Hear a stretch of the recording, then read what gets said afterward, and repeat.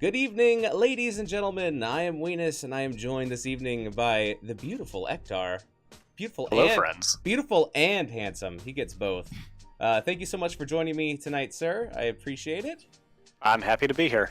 This should be a lot of fun. We have Team Training Wheels versus Accel Esports. This is a Div B East game. I believe this is going to be their second game so far of NGS Season 6. So it should be an exciting matchup. Yes, for those of you who turned in earlier, it was Bob Ross. I do love some Bob Ross. How could you not? But let's go ahead and take a look at the maps real quick. So up here we have the map picks, map bans. Training Wheels banned out Sky Temple. We got a ban on Dragonshire from Accel, and the winner of the coin flip and chooser of map 1 is Accel, and so they picked Volskaya Foundry, so that's where we're heading to first. All right, also I pulled up a little bit of some graphics here about some of the heroes that were picked by these teams. So we'll pull up Accel first. If I can get to the right screen here we go. All right, we'll pull up Accel first. So this is their Dragonshire game. They picked some Anub, some Dahaka, some Raynor, some Tyrande, and some Hanzo. Unfortunately, this is not a game that they won. They went up against Gilly Shark, which is a pretty good team. I don't know if you've seen them play at all, Ektar, or not? Not this season. Okay. So they're a pretty good team, and so they can be tough, and it's hard to... sometimes it's hard to get really good stats when you're playing against a good team. So also, their second game, they played here on Tomb of the Spider Queen. Same thing, but they repeated a couple heroes, which I think is interesting, like the Raynor and the Tyrande. So, I don't know. What do you think, Ektar? Do you think that's the heroes that they play a lot, or...? It seems like it. In both of those drafts, they drafted Tyrande and Raynor pretty early. Plus, they went for tanks that have really strong lockdown, so it seems like they want to do kind of a pick a target and blow them up strategy. Yeah. Yep. And at least in their previous matches. And who doesn't love a support that has a stun? It's just, it can come in handy when, in so many different situations. It's nice just to have a little armor shred. Yeah, that's true. A little extra CC, a little extra blow up potential. I like it. All right, so let's just look at Team Training Wheels real quick. Let's see what we got on them. All right. So they played Reborn Knights Black, and they did get the victory, picking up the Jaina, and this is on the map for Tomb of the Spider Queen. They picked up Jaina, Hanzo, Stukov, Artanis, and Johanna. That's a pretty scary lineup, if you ask me. What do you think, Ektar, about having two frontliners, a healer, and then two ranged assassins? Is that something that's popular as far as you know? It's always been fairly standard. I think a lot of people prefer to have ranged assassins over melee ones. But another thing to look at is that's a Tomb of the Spider Queen draft. That's a ton of wave clear, and getting that wave clear means you can really have control over the turn-in points. So I think they really just wanted to have a strong macro team, and they certainly drafted that. Oh, absolutely. That's a really good point. The wave clear on Tomb of the Spider Queen is so important. Oh, man. I have dreams about getting Asmo there just because I'm an Asmo fanboy. Anyways, let's move on to their other match that we have information for, where they... Actually, let me see. Did they pick up... No, so it looks like they have an all-new set. They have 10 total unique heroes in 2 games so far, so not a whole lot of patterns we can try to glean from that, really. Right. Yeah, absolutely. So they could, maybe their hero pool might be a lot larger. Maybe they're going to be harder to ban out in that regard. I'm eating cookies right now. Asked, what do the scores mean? The scores is calculated through an algorithm based on, kills, takedowns, deaths, siege damage, hero damage, and healing. There will be more information possibly about that in the future, but for right now, we're just focusing kind of like on the heroes and the heroes that they're playing. All right, so I think we are ready to start this game. I've kind of left the teams hanging out for a second. I'm going to check back in with them and see if they are still ready.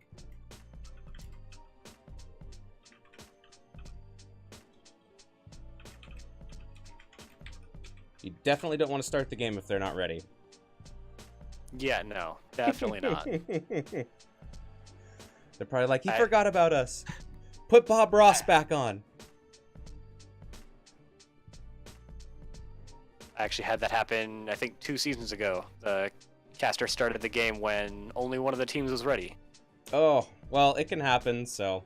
Especially because I like to flap my gums a little bit. So, check back in. Okay. So, it looks like they're ready. So, we will get into that right after this.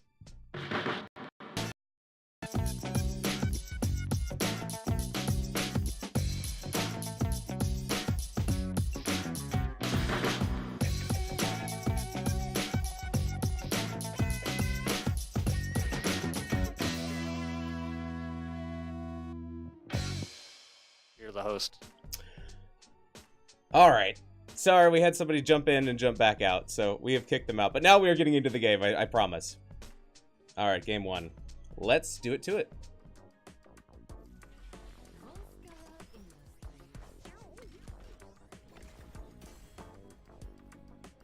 I'm glad we didn't get into the draft when that person popped in, because otherwise it would have kicked us all out when they left.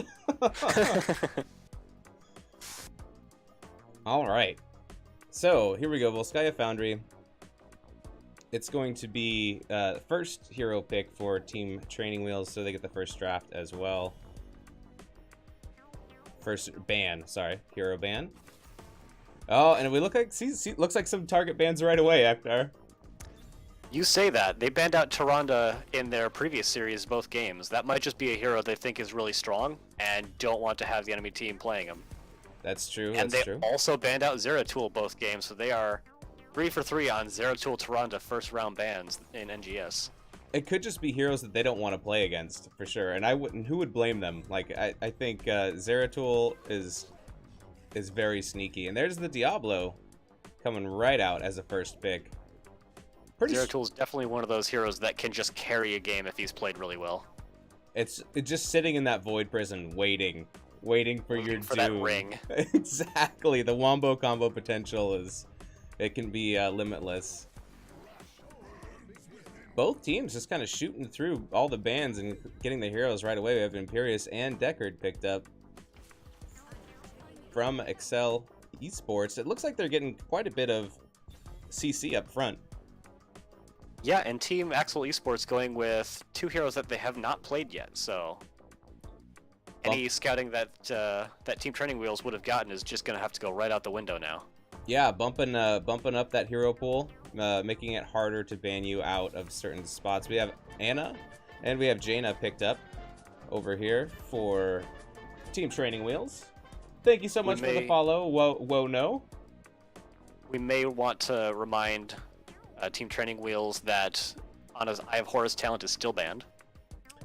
That's right. That's right. But in general, a very strong comp coming out from Team Training Wheels. Diablo Jaina has been... That's been a combo for 4 years now, 3 years now. And it still works so well together. Yeah, and it still works to this day. So, you know, if it ain't fixed, or I mean, if it ain't broke, why fix it? Wait, that's not right. If it ain't broke, don't fix it. Something like that. You know what I'm trying to say. It's still good. It still works. I would pick it up. If it ain't broke, fix it until it is. That's right. If you can't fix it with duct tape, it's really broke. KT and Johanna getting picked up by Accel. There's the wave clear that team really needed. And the Blaze Hanzo coming in, so... Oh, interesting. A lot of wave clear coming in from Team Training Wheels. Yeah, very interesting. I wonder, so who do we have in the off lanes here? Imperius versus Blaze? Is that what we're going to see? Zul'jin picked up by Accel. Yeah, I have to imagine it's going to be Imperius versus Blaze. Who do you think wins that fight? Do people really win the solo lane these days? I don't know. It's probably just, you know, whacking each other back and forth with big sticks and trying not to get ganked, pretty much. Yeah, I think a lot of this, they've got pretty even amounts of wave clear and damage. I think it's going to go a lot to who can control the camps on their side of the map better. Absolutely. Alternatively, if Ace can get into the late game, or Accel can get into the late game with a really stacked Zul'jin, that can do them a lot of work. And there's no blinds on the side of Team Training Wheels to actually deal with that. Yeah, that's true. I mean, you have some CC, but you have to get through a Johanna and an Imperious to get there. So, all right, well, here we go. This is game 1. Over here on the left side, we have blue team. This is going to be Team Training Wheels. We have Taco Cat on the Ana. We have Ryukin playing the Blaze. We have Reaper on Diablo. We have Giggle Schmack playing the Hanzo. And we have Confused on the Jaina. Over on the right side for Accel Esports, we have Imperious as Ace Scathar, Deckard as Ace Atlas, Zul'jin as Ace Casey, Kel'Thas as Leonidas, and Johanna Ace Bagel. There's a lot of aces in the hole, you could say, over there on that team. And no one picked Jimmy. That's true. That's true. With all that slows, there's a lot of good pairing between Jaina and Jimmy. But let's see, all 10 members filter their way into the middle here. Both teams just looking to try and pick up a couple of stacks on their stacking quest at level 1. Hanzo actually going for a Q quest, trying to get all those hits in as soon as he can. Mana Addict coming out for KT, not wanting to try to pull a convection over on Team Training Wheels. Surprise, surprise, it is Imperious and Blaze down in the bottom lane. They will be duking it out. Up in the far more interesting lanes, we can see that red team's actually clearing their lanes quite a bit faster than the blue team is right now. So they're going to get that positional advantage in their rotations. Yeah, really, when you get behind on rotations, a lot of things can go wrong. The other team can set up for a gank on you. They'll possibly be able to get more soak than you by clearing the lanes faster. So you want to try to keep up as fast as you can, if you can. I would like to see red team go for that camp right now because they are so far ahead in their rotations, but they're not going to do it. They're just going to keep on their 4-man for the time being. Yep, absolutely. Keep stacking it up. Trying to stay out of trouble. Looks like no one really wants to force anything super early. But now we're seeing a split. And there's that camp pickup from both teams, actually. We're going to see Ana and Jaina and KT and Zul'jin. They're going to go ahead and grab those fortification camps. A little bit faster movement by Team Training Wheels. Until level 4, it's going to be really hard for Team Training Wheels to keep up in rotations. But once Hanzo gets the explosive arrow, it's going to start going a little bit better for them. Yeah, absolutely. Hanzo is definitely seems like one of those heroes who, at the start, you know, can't do a ton of damage, but then he starts really scaling depending on which route he goes, and yeah, for sure, really just increases. Some power spikes at I think it was at 7, something like that for Hanzo. For 4, he really gets his wave clear as Q build, which is what he is in this game. 7 is a big power spike for teamfight damage if you go W build. Gotcha. We can see Zul'jin and Kel'Thas actually coming up here to take their siege camp so they can have that pushing during the objective. Not holding the cap until just before the objective comes up, so that'll give a little bit of time for Team Training Wheels to maybe clear it before rotating down in the objective. Yeah, I think Training Wheels want to hang out and clear this objective before rotating, but it looks like they're not going... Oh, they're thinking about it. Okay, they're going to leave Jaina behind to clear that. Because since it's in the top lane and away from the objective, it's just going to get a lot of value if they don't deal with it right now. And in line with not going straight to the objective, you can actually see that Blaze is in the bottom lane to pick up that last wave and before he rotates up to the objective mid. Yeah, a little bit of an XP advantage for Training Wheels, but not much. And 30% already claimed of the objective right now for Accel. Throwing out a lot of blinds, a lot of Deckard roots, trying to keep them at bay. But here, Training Wheels come. The hero right now. Imperious just getting to this team fight, and a little bit too late because Kel'Thas goes down before he can do it. But the counter kill onto Hanzo makes this a pretty even fight. It's still a 4v4, but the ticker will continue to count down for Accel because they haven't been pushed off of it. So, also their turret is still alive. Really good impale coming out onto Ryuken. Doesn't get the kill, however. Diablo's in really deep, surrounded by red on all sides. He's trying to make his way out. He's gonna get rooted by Deckard, and he should get taken down by Casey, maybe? Oh, that thick boy is running for it, but does get a limit. They get it. They do get the kill on Diablo, as well as the first protector going to Accel Esports. Putting Johanna and Kel'Thas into the protector, it's a pretty good strategy. That way Zul'jin can continue to get his stacks. And Imperius is in the bottom lane trying to just get that XP. Absolutely. They take out both of the towers in the mid, and then they work their way up to the top. Seems to be quite a common strategy, especially since the next protector will be starting up here. So it makes it a big advantage if you can take down the enemy structures up top, so they have nowhere to retreat to, especially that well. Boop. There's only 3 people in the top lane. Hanzo's just getting here now, so looks like Accel doesn't want to push their advantage too much. Just worried, I guess, that Team Training Wheels is going to try and dive on them after the Triglav goes down, but they do not only get the well, but the whole wall as well. The well as everything else. Yes, that was a very decent push. Also, when you have the protector and you're low health, you might as well just hang back because you have so many projectiles. You can just hang out right in front of their fort and keep lobbing stuff over their walls. So I like that strategy. I think it's good. Thanks for joining us in Twitch chat, everybody. Hi, Rexma. Thank you so much for the host, Mongoose. I really appreciate it. Hope your cast went well. Accel Esports getting the slight timing advantage on their second turret camp, but Team Training Wheels is going to follow suit very shortly.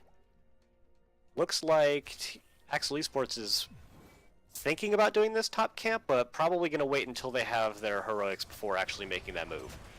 Yeah, I almost thought it might be a bait, but they definitely got seen by the creep wave, so that was not going to be a surprise whatsoever. It's hard to hide anything from Hanzo, though. He's got the Sonic Arrow, he's got the Qs to check bushes. That's true. And 10's now coming out for Accel. Would you mind telling us what was picked up? We have Angelic Armaments, Lornado, Guillotine, Phoenix, and Blessed Shield. So pretty stock standard coming out from everyone. The only one that's a little bit not standard is maybe the Lornado, but really both of them are picked pretty evenly. I do love me some Lornado. I feel like it's pretty strong on pushing people off the point instead of stay a while, which is going to keep everybody on the point. That's the thing with Lornado, though. You can use it for both. You can push people away or bring people in, depending on the situation.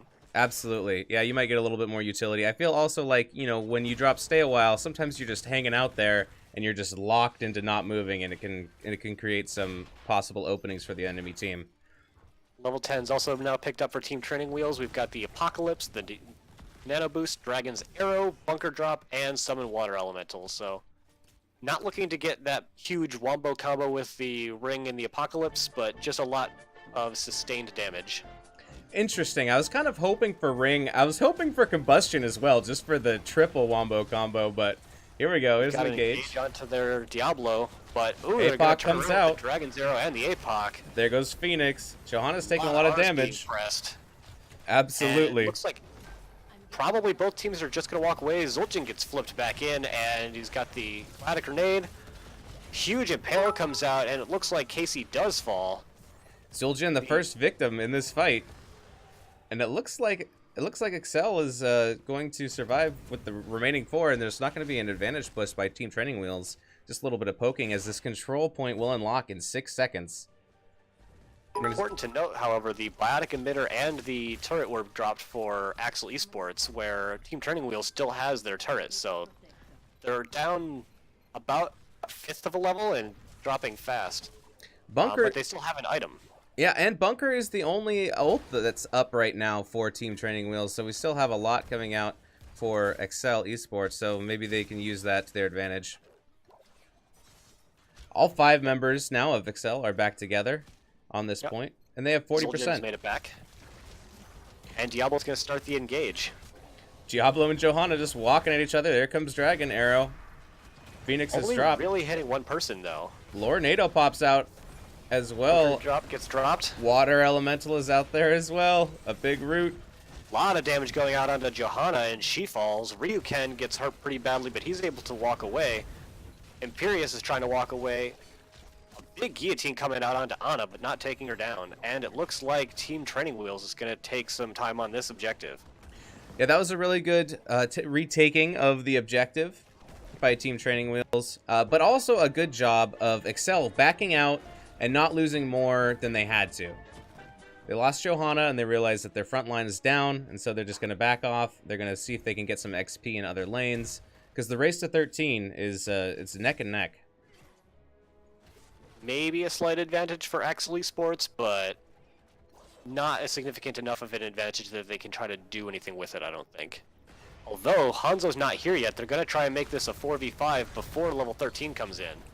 Imperious dives in. Jump on Ana with the self-slow and getting pushed really far back, split apart from her team. There goes the APOC. There goes the Water Elemental as well as the Phoenix. There's a lot of damage coming out here, but it's going to be Imperious who's getting focused down and does drop. Next on the list, it is Johanna. There goes the front line from Accel, and they are possibly going to get pounced on right now by Team Training Wheels. Diablo looking, but backing off. And the Protector is claimed by Team Training Wheels. That's one of the interesting things I'm seeing about the newly reworked Ana is because she slows herself, a lot of teams try to send their tanks forward and try to take her out. But when you do that, that exposes your own backline as well, so it almost ends up becoming a tanks versus backline on both sides of the engagement. And in this case, Team Training Wheels just had a slightly more resilient backline. Absolutely. Yep. Beefy boys on both sides, though. You got Diablo and Johanna. Like, those are, you know, have always been some of the tankiest of the tankiest. Although, as long as you have souls. Yeah, afterwards he's basically paper mache. Absolutely. So the Triglav Protector is taken to the bottom lane. This is where the third objective will take place. And everybody hates running on treadmills when you're trying to kill each other, so it can always be frustrating. So they're going to try to eliminate any structures they can down here. Johanna's really trying to put the pressure onto Team Training Wheels' backline, and they get Jaina down really low. Blessed Shield comes out. 77. Maybe saving her? Oh, maybe? No. Not quite. It's a 1-for-1 as Johanna and Jaina both go down. The Protector is almost down, will drop, but Zul'jin getting very low at 290 health. Seems like both teams are probably just going to be able to back out of this fight, but with a pretty decent experience lead coming out for Team Training Wheels. Absolutely. Team Training. Ooh, and the aggressive invade on the turret camp. Accel Esports immediately sees it and pushes them away. They do not want to take a fight down people at this point in the game. Yeah, it's a 4v3, and Blaze is just a little bit too far away to actually come in there and force the issue. So they're going to back up. They're going to take their own fortification camp, which I think is a smart call, and it doesn't look like Accel is going to invade on that front. Very close to level 16. Team Training Wheels is just going to soak up a little bit more XP, try to get that talent tier advantage. But we see... I think the support camp is going to get taken by Accel. They're at least going to move on it, and here comes Team Training Wheels. They might try to fight for this. It's a pretty even fight. Hanzo's not there, but neither is Imperious. Bunker Blaze is gets dropped. really hard, but the bunker comes down to save him. There goes Water Elemental. Doing a lot of damage. Diablo stunning in, and there goes Huge Phoenix. There goes Dragon APOC. Arrow. Oh, for APOC, and it's going to be Accel who's on the run. That is a gigantic set of There elements goes right KT. there. Absolutely. Oh, a big stun onto Imperious. And a Oh, flip by that's gonna seal Diablo. it. He's not getting out. He might get to take Jane on the way out. Not quite.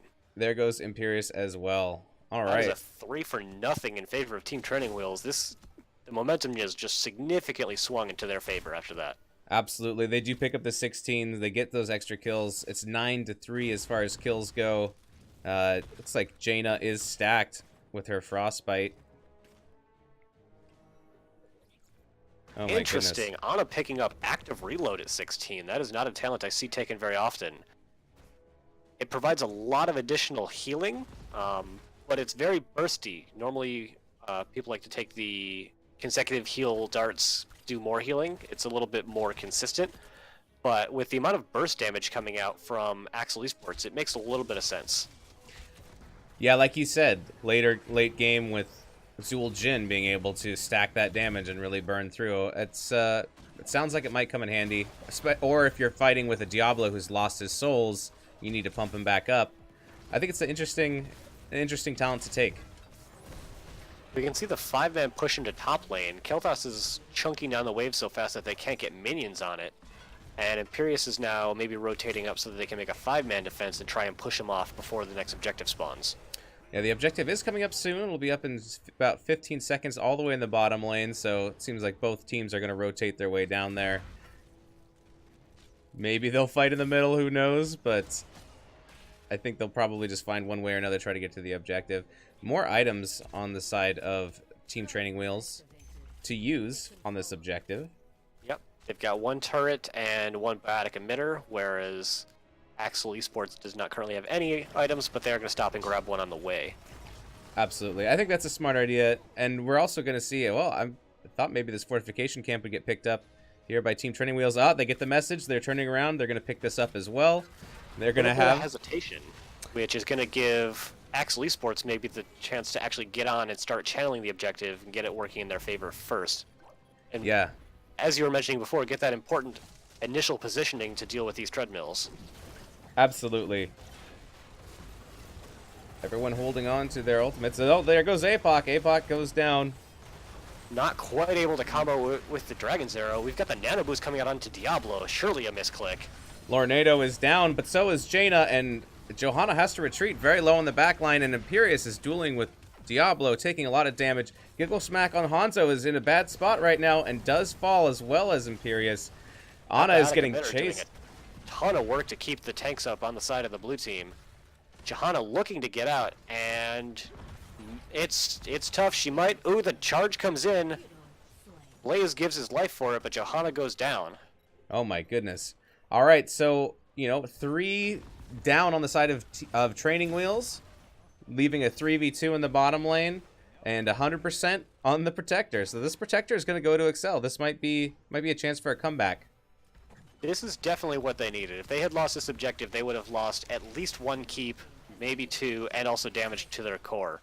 So this is really going to help them get back in the game, shore up that level lead, and gosh, get some catapults going. They don't have even a single fort down yet. Yeah, they need to get deeper penetration than just the walls. You got to get in, get that passive XP, get those catapults rolling out, and they're at least going to get one here. But they lost a couple members as well in that fight, so they're going to have to rejoin the team to increase their push potential. True, they have been pretty timid about this, though. There were only 2 heroes there to defend at the start, and they were still waiting for the wave to come up. The Triglav can take a few hits. Normally it goes out by time, not by hit points, so I would have liked to see him aggress a little bit harder. Especially because it's only another half a level before Team Training Wheels has 20. That's a very good point. Yeah, a lot of times you'll have a Protector that drops because it's run out of time, not because it's run out of health. I think that might be what we see here. Who knows? We'll see how far they push in. I know they can want this keep, but I think they might just rotate off of it, play a little bit safer, a little bit more conservative, try to go for this middle fort instead. Yep. Which, honestly, it sets up for the next objective. You don't often get to 4 Triglavs, but with as well as both teams have been doing defending their keeps, that might actually just be the case. Johanna might. Okay, Johanna is backing off us. I just saw Johanna surrounded by a sea of blue, and I was like, oh, I don't know. This could be an engage here. Here comes a Dragon Arrow into an APOC. Dragon Arrow. Out comes Water Elemental. Misses. Oh, but it's going to be Jaina that drops first as Bunker is dropped, and now the tides have turned. Accel is going to be chasing Team Training Wheels. That was a humongous scroll of ceiling coming out from Atlas. He hit at least 4 members, and the chase is not done yet. Blaze is in trouble, trying to zoom away, but can't quite do it, and will get picked off and blown up by a KT. Cannot overstate how important that scroll of ceiling was for the red team. Oh my goodness, that I can't believe that they took a Dragon Arrow directly into an APOC and survived. It was a little bit of an execution error coming out from Team Training Wheels. The APOC didn't actually hit anybody. It made them move around, which is it's good. It stops them from doing anything for a couple of seconds, but it didn't get any stuns off. I guess it was a little bit shy of lining up with the Dragon Arrow. Is that what happened there? Yeah, it was just a quarter of a second too slow. A quarter of a second. You wouldn't think it could make a big difference, but it can. It can, it will, and it does. Siege Camp getting picked up here by Team Training Wheels. 20s now for both teams. Yep. And and it's, you know, this top fort is going to get taken by Accel, and they now have the structure lead. Before the Protector, they didn't have a single fort. Now they have all three. Yeah, this late game kill is really worth a lot of XP, and that puts them in a position to now have catapults going in all 3 lanes. Yeah, 3 lanes of catapults is better than 1 or 2 for sure. I'm not very good at math, but I know you are, Hector. If my numbers are wrong, let me know. Once you get high enough in math, numbers can be anything you want them to be, so... Perfect. My mom told me I could be anything I wanted to be, and that's why I'm a potato. I'm jealous. My mom didn't tell me that, so I'm not a potato. Fortification camps picked up for both teams, as well as the siege camp is going to be held right now for Accel. I think they're waiting for a prime opportunity to let that off, probably when the objective spawns. Both teams just really looking not to take any bad fights right now. And it's late enough in the game that one dead hero on either team can mean a full fort or a keep for the other team. So they're just trying to be really careful, and especially Accel Esports is trying to let their positioning leverage them to a better position.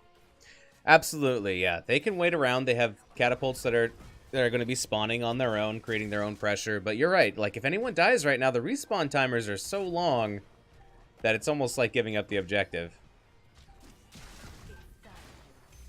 But the objective is here, and Team Training Wheels have started on the objective first.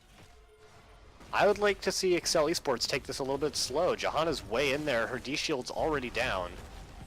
But they should let time for that camp push, but they think that they've got the better team fight. Phoenix and Lornado both dropped. Dragon Arrow and APOC also APOC dodged. again not hitting anyone. Bunker goes down. Guillotine. Jaina's putting in a lot of work in the back lane, but Imperius is starting to put some good work onto Jaina. Jaina pops stasis. Just yet, though. There goes Jaina. And there as soon goes as I say Blaze. Johanna getting chased. Ooh. Wow. All right, and a solid fight here for Accel Esports. They drop 2 members of Team Training Wheel. Don't lose any themselves. They have a camp pushing. Ooh. They have a lot of pressure on the map right now. Yeah, this is going to be a rough defense for Team Training Wheels. They can... I don't know that they can actually get back in and try to push on this objective, but they might be able to defend and not lose the game if they don't lose any heroes. Absolutely. A tall order for 22 minutes in the game, but it's doable. I think they may be looking for... Well, if I was not going to re-engage, yes, I would go top. I'd clear that camp out. I don't think they want to do a 3v5. That's just not... The numbers are not there to pull that off. But now they have to face a 22-minute Triglav Protector, and that is going to do some damage. Commenting on the chat, Ryokai saying Diablo can self-combo with APOC, and that is a very good point. RQE is a guaranteed stun onto at least one person, and he's just been a little bit too far back. The team fights have been starting with Hanzo arrows, not with Diablo charges, so they've been missing out on their stuns. Very interesting. Maybe they need to work that out a little bit differently. As the first keep of the game goes down, going to Accel Esports. This Protector's looking strong, but there goes the Dragon Arrow into the APOC. And actually landing for Diablo. the first time, but the level 20 Imperius ult is going to save people for quite a bit, but Deckard Cain still falls. No one yet going down for Team Training Wheels, but there's still a Triglav on the red side. Taking a lot of damage, soaked up by Blaze. But that was a pretty good defense, actually. Only losing 1 keep so far.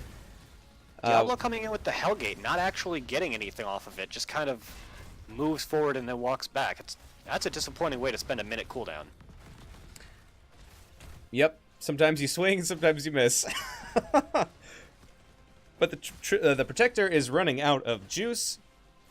Getting some last pot shots in. I don't know. Getting only one of these keeps, I think, is a pretty good outcome for Team Training Wheels. Absolutely. If they had lost a member or 2, it could have been game. Interesting comment coming out from the chat that I hadn't noticed before now. Zul'jin has not picked a level 20. Oh, wow. I wonder what that's about. Is that some kind of taunting? I don't know Zul'jin's talents enough to comment on what that might actually be. Maybe it's just forgetfulness. Maybe there's so much action that they don't remember. If you forget to pick a talent, Kevin will remind you every time you hit a new level that you have not yet picked a talent. So I think it's intentional. There Oh, we it's go. finally coming picked up. in. The Forest medicine. Oh, that's probably the most anticipated forest medicine ever. As the Dragon Arrow comes into the APOC. Dragon Arrow into APOC. Like you were saying, it Phoenix is not comes over down. until it's over, and Deck Team it back. Wheels taking a fight of it. Oh, escapes using that Lornado as Diablo goes down. Bunker is dropped. And That was an incredible fight coming out of Accel Esports. I would have thought there was no way with that Dragon Arrow and APOC both landing like that they would come out with 0 deaths, but yeah, they both got hit, and it seemed like their health bars just didn't really vary all that much. It looks like they all stayed up, and then Deckard was able to rally him on up. Honestly, it makes me question the choice for Water Elemental. If you have 2 stuns that significant, it's really easy to aim a ring. Right. Especially everyone's going to be like, because even if they get that APOC lined up, or the arrow, which they've been doing pretty well on, you know, that just a third, like maybe one more complete party stun will get the job done. I'm not sure.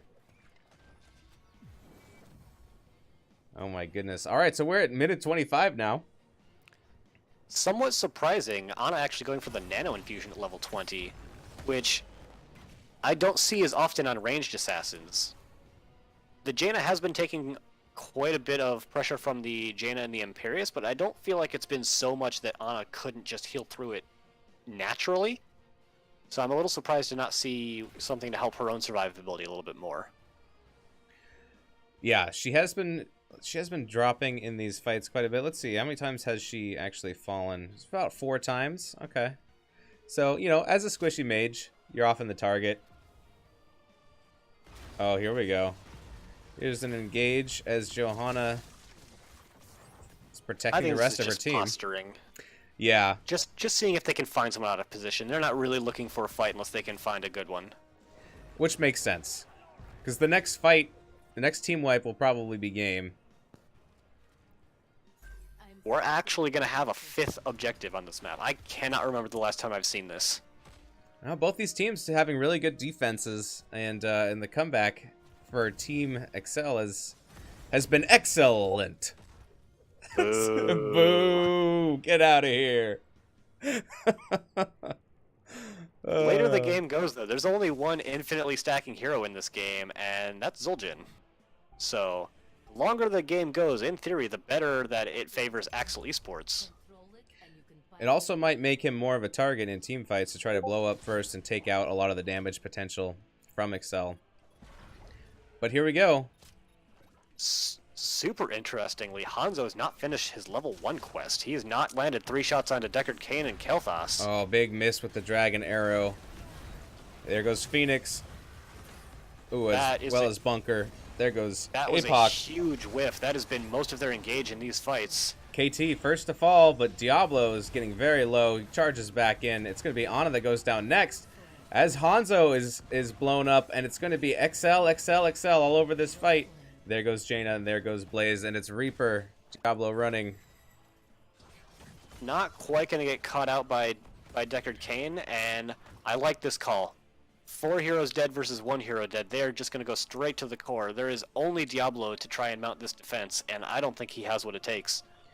Nothing against Reaper's Diablo. It's just math at this point, and I'm pretty good at math. 4 is better than 1. Absolutely. He does have all his souls, but he won't be able to do enough damage to all these people collectively to really cause that much of an impact. And the death timers are still 25 seconds out. So it looks like Accel Esports is going to take game 1 of this match. It was a very close game, though.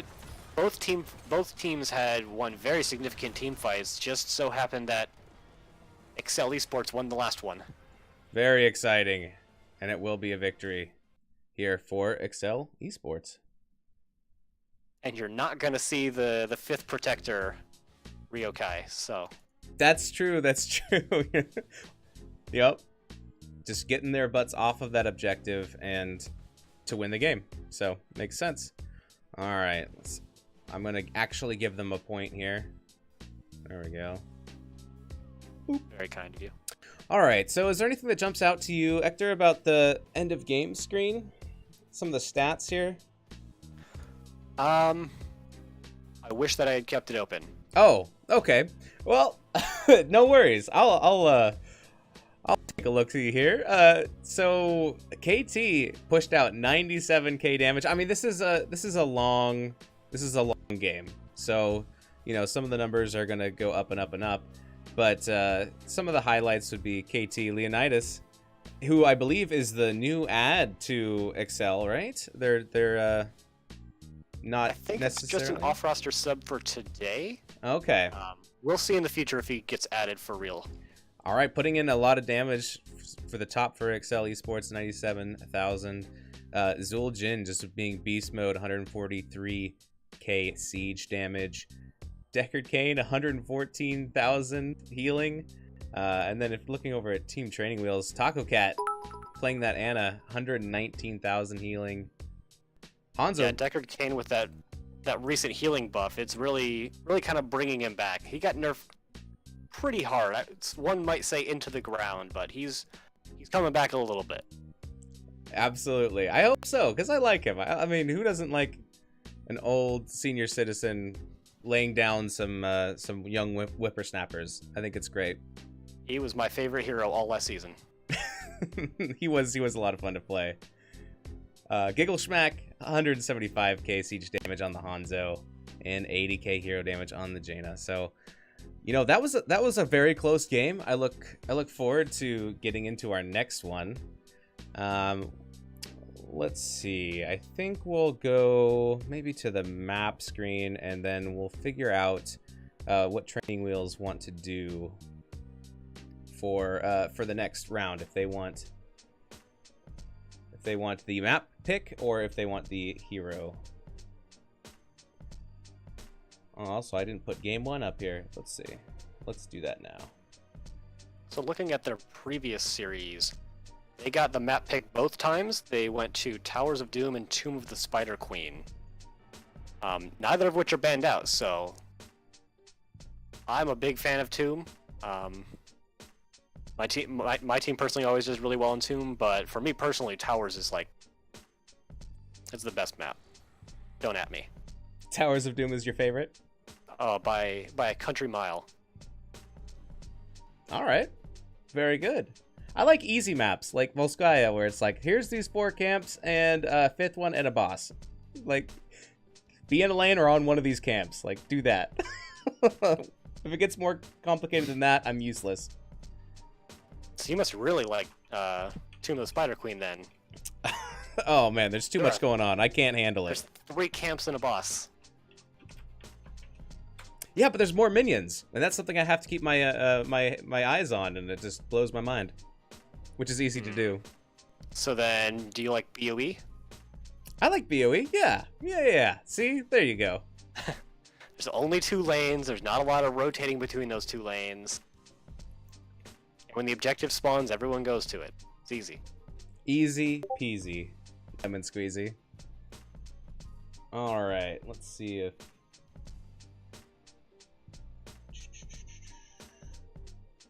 So I whispered the captain from Training Wheels. I haven't heard anything back yet. Oh, here we go. What did you say your favorite map was? I said it was Towers of Doom. Well, guess where we're going, buddy? Alterac Pass? Yeah. Nailed it. All right. Towers of Doom is where we are going. In fact, I just have to make sure that I click the right one because I get it mixed up with Cursed Hollow. Oh, I think I just did it again. All right. Very good. They do have similar motifs going on. I don't know. My brain just can't figure it out. I try. It just doesn't work. All right. One Ravenlord map versus the other. It's safe to pick them. That's true. That's true. All right. So let's start setting that up. Oh yeah, I did pick it wrong on the map. Every time. Every time. Volkamer, that is Ektar that loves Towers of Doom. There we go. All right. One day I'll get this right. Can confirm, this is Towers. Everybody look. Look at the map. Is this right? All right. I'm going to swap myself to the other team instead of making myself an observer. All right, so we're going to start getting the teams in here.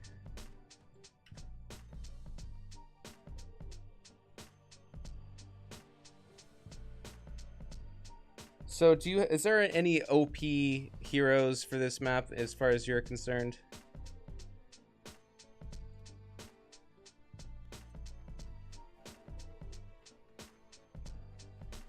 I don't think there's anyone that's overpowered, but it is a map where some heroes are much more valuable than they'd be in other situations. A classic example of this was Chromie back when she still existed. But any hero that can prevent the objectives from being capped on the other side of the wall safely is more valuable here than they are most of the time. So Hanzo, Junkrat, all very valuable heroes for this map. Excellent. Range is your friend. You gotta do what you can against all of these towers. All right. Tournament draft. Here we go. All right. So this time we are going to have Accel. They are going to be picking the first hero of the game. I'm interested to see what they think is first pick worthy. Ooh, we got some newfound portrait synergy coming in from Accel Esports. Mm-hmm. I think when you come into the lobby and you change your avatar picture, I don't think it updates until you come back in again. Is that true, or am I just making that up? Honestly, couldn't tell you. I feel like you're making it up though. Because I remember in our last game, they're like, "Hey, you have the wrong." Oh yeah, because they were. I could see them changing them, so I don't know. Maybe it's just me. I think I'm just making up rumors. I heard a rumor, Hector, that such and such. All right, so I think we have everybody here. Let's see. Let me just make sure that everyone's ready. Not gonna lie, whenever I go up against a team that has full-on portrait synergy from the get-go, I feel just a little bit more intimidated than I would otherwise.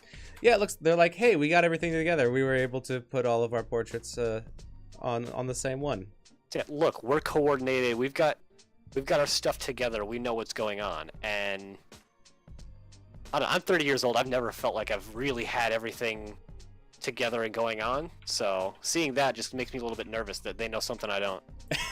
Exactly. Who keeps popping in here? Who is this besmirched? To be fair, I did throw the lobby link into just the NGS chat. It could be anyone that was in there. Go ahead and, get him kicked out. All right. I was wondering how both teams made it in at the same time, but since they had both of their portrait synergy ready to go, not a problem. Just a request from anyone that's doing NGS games: don't hop into other people's games. Appreciate it.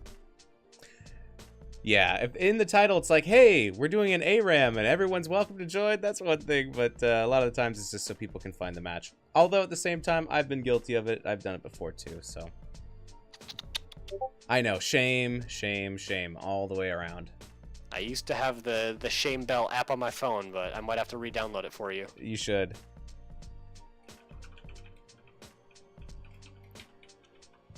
Oh, 1 second. Okay. For a second I thought maybe they didn't see my request if the teams are ready just because of all this besmirched business. Oh, his name is Mesmerched. So if you're out there, Mesmerched, shame on you. No, it's right. It was besmirched. It just got typed incorrectly. Oh. All right. Well, I can read sometimes. That's all I know. Thanks everybody for joining us in chat. Actually, we have some stuff to catch up on while we're waiting. Just a second. Thank you, Rio Kai, for the follow. I appreciate it. Mongoose, thank you again for the host, sir. Valcomer1366, thank you for the follow. Oh, Cody Kraz, 69 bits. Thank you, my friend. Very, very generous. I appreciate that. Valcomer1366, 2 bits. Thank you so much. Calthon X has followed. Thank you. Ara Windrunner has used 5 bits. Party, party, party, party, party, GG. I appreciate it. Thank you, Ara. And thank you, everybody who's been in chat. Sorry, have not been able to follow that as much as I should, but Ektar has hopefully will catch us up as we continue to roll through this. I think we have the teams ready now. Most recently, it's John Knight espousing his love for Hanamura, which someone might need to get him to a doctor. I think he's a little disturbed, but to each their own. All right. I think that was a joke, but I just don't get it because I'm dumb, but... Hanamura is a bad map. Go ahead and at me for that one. All right, here we go. Let's get into game number 2 after this.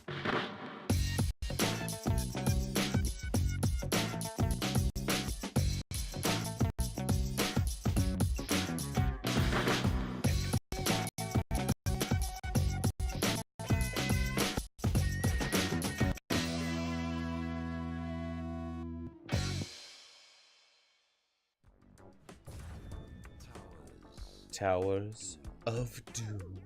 Mwahaha. Sorry. So I don't think it's much of a surprise to too many people that I'm a huge fan of the Lost Vikings, and this is a pretty good map for them. Throwing it out there. All right. All right. I think Lost Vikings is pretty good, but only on maps where it's a 5v5. What do you mean by 5v5? Like where you have 5 players on one team and 5 on the other. I think Murky's only good on those maps. All right, then. Yeah. Or if you're playing on days that end in a Y. First ban coming out from Accel Esports. They are getting rid of Maev. And there's the Zeratul ban again from Team Training Wheels. Do you think we'll see a Taronda ban? I think you're onto something here. There's Garrosh banned again. I believe they banned Garrosh last time. Accel banned Garrosh last time as well. I don't know how much research Accel Esports has done, but Team Training Wheels has played Garrosh on this map in their previous game. Oh, that's right. The immediate Dahaka pick, really strong with the global coming out. I like Dahaka here. Actually going ahead and picking up the Taronda along with the Johanna, 2 very good heroes for locking down and blowing up one target. Absolutely. And also just being able to have sustainability on Johanna, taking a bunch of hits, being able to stay on the point. I think that's important too. Plus just being able to lob out an owl and interrupt a cap from across the map is pretty strong. That's true, as well as the vision. There's a lot of gank potential. A lot of bushes, which is going to help Dahaka. There's Raynor and a Li Ming. Speaking of blow-up potential, that's a lot of damage coming out from Accel Esports. Yeah, I like it. I think it's good. Li Ming has that good long poke going on. Raynor has the possibility of picking up some shred for Johanna. It's also a, keeps Team Training Wheels from picking up the Raynor to tag team with the Taronda Mark as well. Absolutely. The Nubarak ban, I really like that. That's a ton of crowd control that Accel Esports could have picked up, and not too many heroes can survive getting Burrow Charge impaled and then focused by a Raynor into Li Ming. Absolutely. There's a Hanzo ban. Possibly, yeah. I think it was targeting from last game. I think Hanzo played pretty well. A little bit of a respect ban. Yeah, absolutely. So there could also be some mages being picked up next here for Team Training Wheels, getting rid of that Anubarak. They've got the Johanna, but at the moment they have a big need of wave clear, which Leoric will help some. Both of their tanks have good wave clear, but Orphea is just kind of okay. She really has to get up close and use that chomp, which puts her in easy range for Raynor. Yeah, I think there is some synergy though with both of Orphea's ults or heroics and Entomb from Leoric, so I'd be interested to see if that is a combo that they plan on working out. I could see that, and they ran Orphea in a previous Towers of Doom game, and they did pick up Eternal Feast. So if they want to use Leoric to put somebody in a box and then have Orphea just drop Feast on him, that's a pretty strong combo. A Feast for Kings. Lucio Murden getting picked up for Accel Esports. They say they changed the skin. They promise. All right. A feast fit for a king. Lactanon would be proud. And Shout out to anyone Phoenix. that's played Diablo 2. I tried to, and I was like, this game has 5 pixels. I need at least 10. That's fair. Yeah. I'm looking forward to this this draft from Team Training Wheels. They're gonna put somebody in a box and drop Feast, and they're gonna meme beam them, and it's gonna be great. Oh, I hope so. Yeah, I look forward to this as well. If Leroy picks up March of the Black King, I'm gonna be so disappointed. Oh. So, I know that Team Training Wheels, the potential there for Wombo Combo looks a little bit more fun. Which do you think is the better draft for this map? Both teams are a little light on wave clear, which is hard because this map you're rotating between mid and bottom usually, and that's a long distance. So I don't know. It's hard to say. Team Training Wheels definitely has the blow up count, but Accel Esports I think has the sustained damage especially with the Rainer. Mm-hmm. So, Interesting. I don't think any team has an inherent advantage. I think it's just a difference in play styles.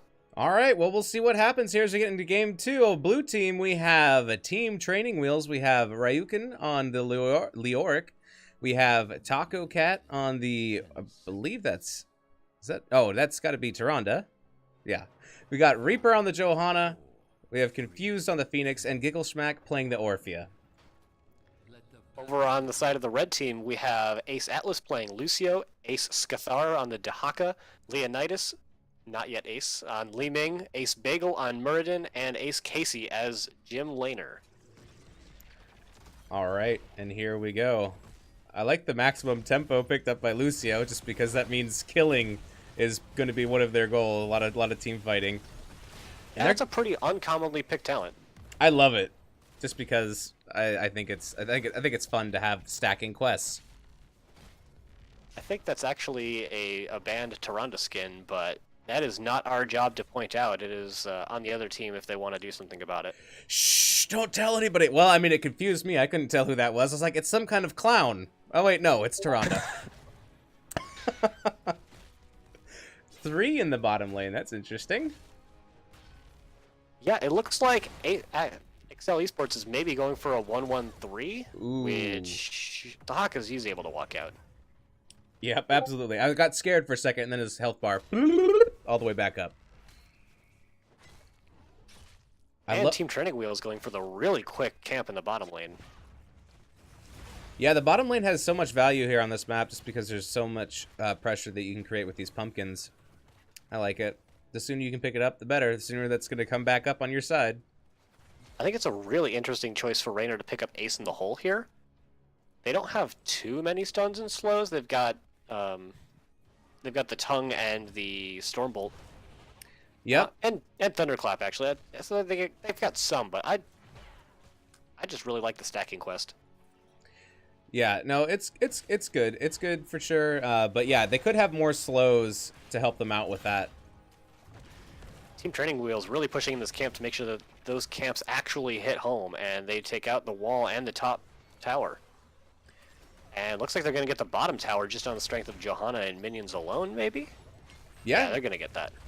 Getting a lot of value. That camp was not dispersed as it maybe could have been a little bit better by Accel, but it's a 3v4 down here, so I think maybe they're just trying to spread that out into other lanes, maybe try to get more soak, as Dahaka is the only one mid right now. Team Training Wheels is really trying to abuse the fact that Leoric has above average wave clear for a tank and trying to double soak with him. He's not the best at it, he's certainly no Malthael, but he's doing okay. He's only missing a couple of minions until this wave. Lucio goes down. Kill coming out in the bottom lane though. First to drop, and Muradin has to drop way back because he gets super low. Are we going to see a tongue here on Johanna? We do. It lands. Johanna taking some tower shots and does go down as the first altars are activating. The Ming set comes in, but nothing really happens from it.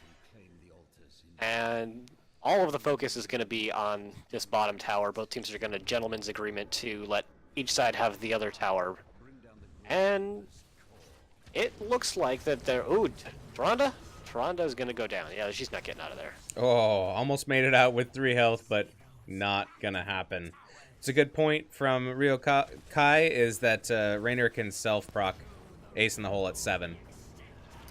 True. You typically take that talent at level 7 anyway, even if you don't go for Ace in the Hole at 1. But that couple of kills rather for Accel Esports has really evened up the XP advantage that Team Training Wheels had garnered. Yeah, they're still missing their front gate at the very bottom fort, but you know, that was definitely a plus for them. Continuing to stick with this double soak Leoric and 4-man push in the bottom lane, they're not going to be able to get too much though out of it. I don't think they'll be able to pick up this camp, but I don't think they'll be able to leverage it into a fort. And as it is, they're just losing out on XP in top and mid lane. I think it's only going to work if they start invading and taking Accel's camps as well. But if Dahaka keeps coming down and defending with the rest of the 3-man, then they won't be able to do it as easily as they might think. We have Raynor in the top. It's going to get that top camp. The important thing that might let it work for Team Training Wheels is that there's very low wave clear in the bottom lane. Li Ming has the worst wave clear of any mage except for maybe Medivh. Lucio is pretty low. Dahaka burrows in. He's got some pretty good wave clear. Murda doesn't have great as well. Big gank attack trying to come out onto Dahaka, but the burrow and the essence is going to get him out of there. Lots of low health bars for Accel Esports, but no one dies.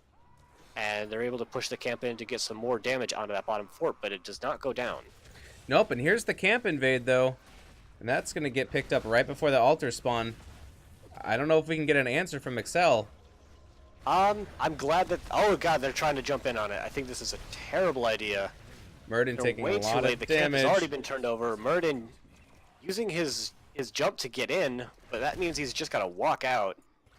Dahaka splits off to try and take that camp during the objective during the camp invade, but isn't able to get it, and now red team is really split out. Here comes Accel. Raynor's in the very, very top, and he's going to have to come down, down, down around this camp. So it's going to be a 5v4 real quick, and there comes out all the damage, and it's going to be Murden who falls. Not quite able to get Murden out, and that puts them into a terrible position. Raynor just got there at the time that Murden fell. He really needed to not clear that mid lane. Dahaka falls in the back, trying to dive in on the back line, and the back line had some words to say about that. Yeah, he was on the wrong side of the law there, unfortunately. And that is another 4 shots here for Team Training Wheels, and they have tied it up 32-32 core shots. Continuing to chip away at this bottom tower. Here's where the double soaking Lura can really start to get them value, though, because they have dedicated 4 people for the bottom defense on the side of Accel Esports, and Dahaka cannot hope to match the soaking potential of Leoric. Here come Accel 4 Esports members rotating mid. up, but not able to actually get anything out of it, which leaves this bottom fort exposed, and it is going to go down. There is no chance that Accel Esports can respond in time to stop this fort from falling. I think that's really smart, a really smart play by Training Wheels here to take advantage of that movement to mid. They don't take it all the way, but it is hanging on by a thread there. That would have been a case where a slightly better play from Taco Cat could have made that into a guaranteed takedown of that fort, because I'm pretty sure Owl was off cooldown. They could have seen that only half of Accel Esports was rotating down the aggressive path, so they had time to stay and take that fort. They just didn't know it. That's true. Whenever you can't see the enemy heroes on the map, you got to assume that they're closer to you than they are. It was smart of them to just back out and not take the fight, but smarter would have been to get the scout off and finish the objective. However, this camp is, unless someone's dedicated to stopping it, is going to get that bottom fort right as these 2 objectives are spawning in the top lane. Absolutely. Taking the safe path around, it's Li Ming and Raynor. But here the altars are spawning in 3 seconds. Are we going to see an invade here? Or it looks like we might. Got a channel by Li Ming. Dahaka taking a lot of damage. And we have Murden taking a lot of damage. As we see there's the Hyperion Eternal Feast out into the Entomb, and it is going to take down, I think that was Lucio that was actually in the Entomb. But finishing out everyone but the squishies. And this is going to be 2 more objectives going over for the Team Training Wheels. Yeah, 3 members dropping from Accel Esports. That's a lot of shots picked up, as well as this bottom fort as well. Yeah, and that fort went down, I think, before both of them, so they got 10 total shots out of that instead of just 8. And the boss is up too, but Training Wheels decide that they want this camp bottom instead, but they are going to get challenged by Accel. Accel does get the camp, out comes Sound Barrier, and it looks like Team Training Wheels are just going to walk it off. So at this point, we've already seen all of the heroic abilities used, but do you want to talk about them anyway? Yeah, here I'll do Training Wheels real quick. All right. Purification Salvo on Phoenix, Eternal Feast on Orphea. We have Entomb on Leoric, Shadowstalk on Tyrande, and Blessed Shield as Lucio goes down. Just as you say Blessed Shield, it goes out onto Lucio.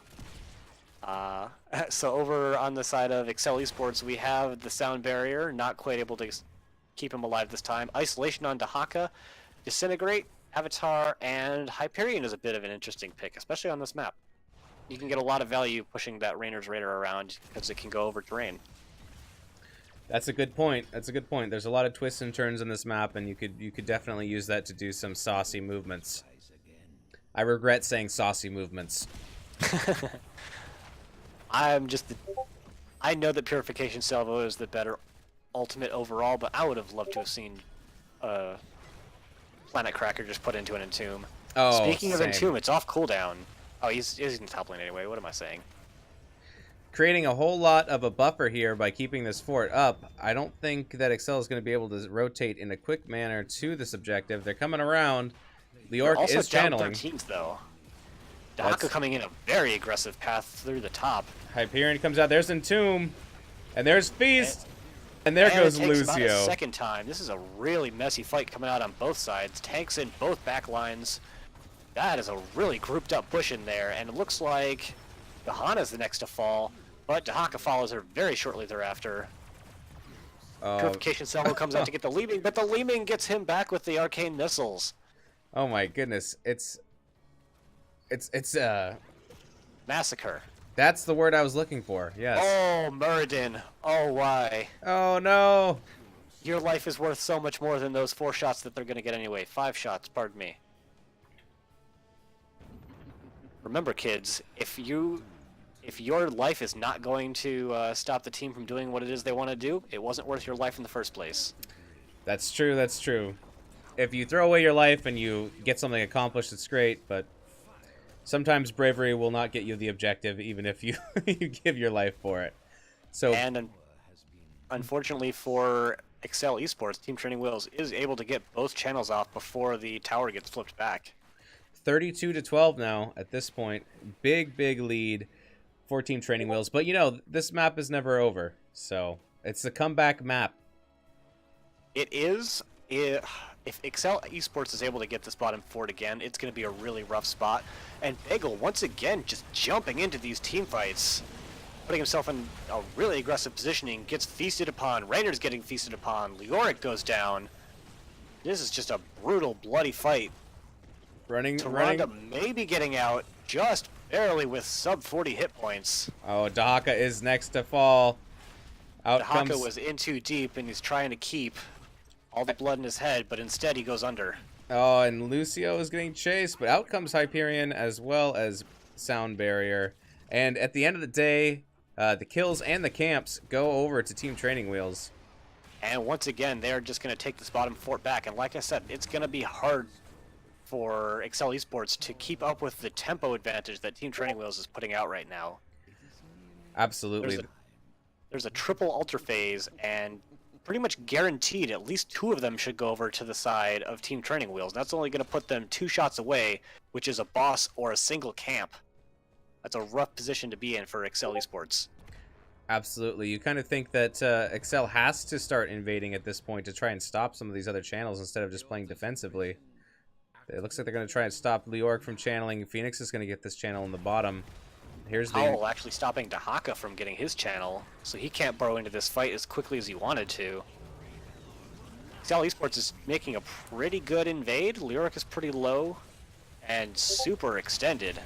Leoric is chasing the Li Ming and does get the kill on Li Ming, and Lucio is taking a lot of damage now and is in the Entomb, and the Feast comes out. But the burrow actually stopping the Feast from continuing. This is a terrible fight from Accel Esports. they thought that they needed to try and do something aggressive to try and make a comeback, I think it's going to turn out really poorly for them, because right now they're just going to get the channel and then the boss, and that is going to be all she wrote for Accel Esports on to the second map. Absolutely. It's a tough situation, though, because once you start getting into the merry-go-round on these towers, it's really hard to come back. But very well played. This was picked by Team Training Wheels, and Team Training Wheels will take game number 2. We're going to game 3. Yep. Well done to Team Training Wheels, really showing why this was the map that they wanted to pick. The first game was very close, and to be quite honest, this game kind of wasn't. Yeah, this was pretty one-sided for most of the match, and didn't really switch sides. You know, it was the advantage was held by Team Training Wheels, and they held on to it. They lived in that bottom lane, and they got a lot of value out of it. Look at that damage coming out from Orphea. Those entombed feasts really doing a number on Accel Esports, and it shows. In this game, about 10 minutes shorter. Well, I'm actually maybe even more than game number 1. Game number 1, I think, almost went to 30. I think I can't remember exactly how long it went, but I think it was about 28 minutes. Yeah. So this map a lot faster. Let's see. I'm kind of surprised. Well, I was gonna say I was kind of surprised there wasn't more healing coming out of Lucio, but since there was so much burst and getting caught, there wasn't. I don't think Lucio had enough time to slowly pump out heals to heal everyone back up. I think everybody was just burst down so fast they didn't have any time to recover. Yeah, especially at least 2, if not more times, Lucio was the one in that entomb. So it's hard to pump out healing numbers when you are at the Hall of Storms. Absolutely, absolutely. They may have gotten a little Lior Rick rolled this game. Remind me if you remember, who was Ace Bagel on in the previous game? Ace Bagel. That's a good question. I believe it was. I'm not sure. I'm sure chat will remember. I don't even remember what I had for breakfast this morning. I do. Coffee. Like every morning. Are you watching me? How do you know what I had for breakfast? I love it. All right, so let's see. So we are going to go back to Team Accel Esports, and they are going to be picking what we're doing next. So let me check in with them. Thank you so much to the Spacey one for those 6 bits. Oh! TTW. Thank you, Spacey one. I appreciate it. Definitely do so, Velcomer. While we're casting, we can't also be posting memes, so we need you to do the memes for us. Get in the NGS Discord and meme it up.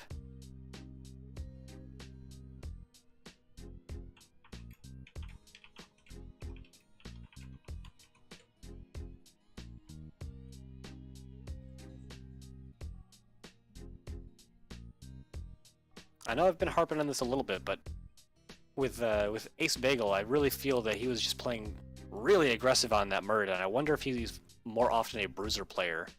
Because it seemed like at every team fight he was engaging with Dwarf Toss, so he never had it to disengage later. So he just had to walk out. I think he just took a lot more damage than he really needed to. Yeah. And that left them exposed during their team fights, for sure. Yeah, absolutely. If you use all of your escapes engaging, you're kind of committed. And I think you're right. I think that Team Training Wheels took advantage of that, especially on the camps. It's so tempting to do, though, because you see the camp is starting to turn to your enemy's color all the way, and you're like, if I jumped right now, I could stall it.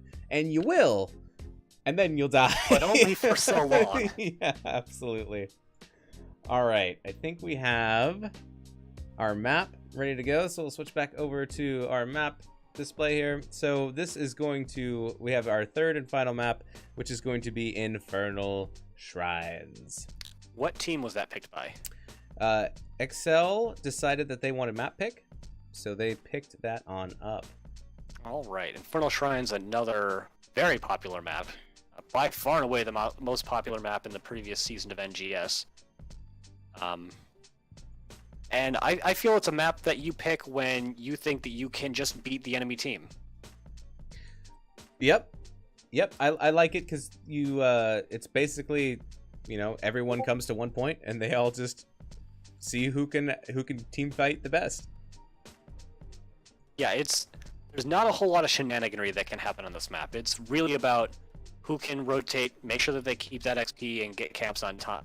And then take team fights on the objective point. Absolutely.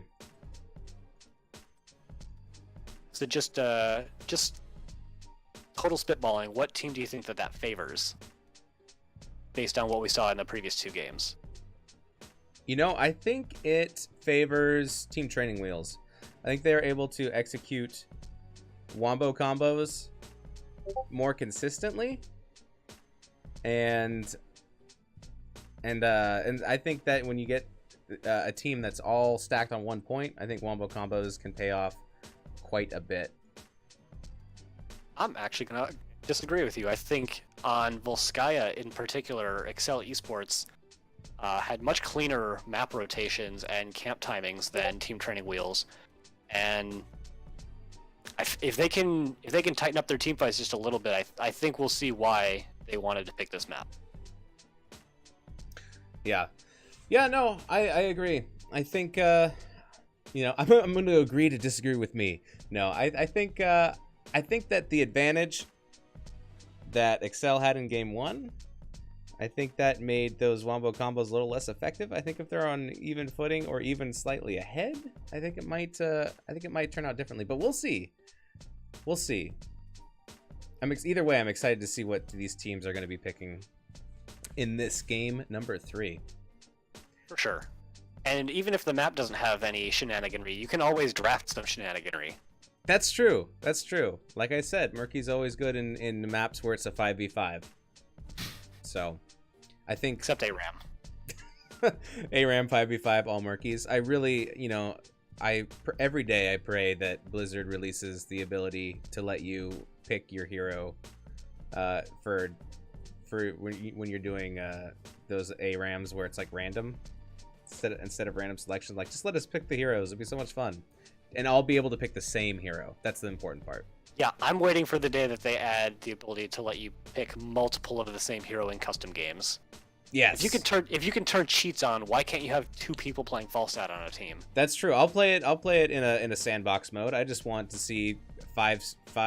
What would I want to see? I guess 5 Lost Vikings versus 5 Lost Vikings, and just have 30 heroes out there. That would be pretty nuts.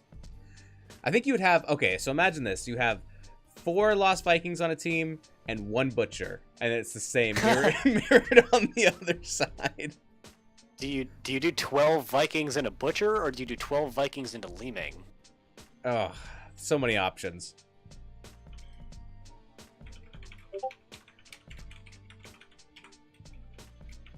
All right, just making sure that everybody's ready, everybody's here, and that I set up the teams correctly, because that's important.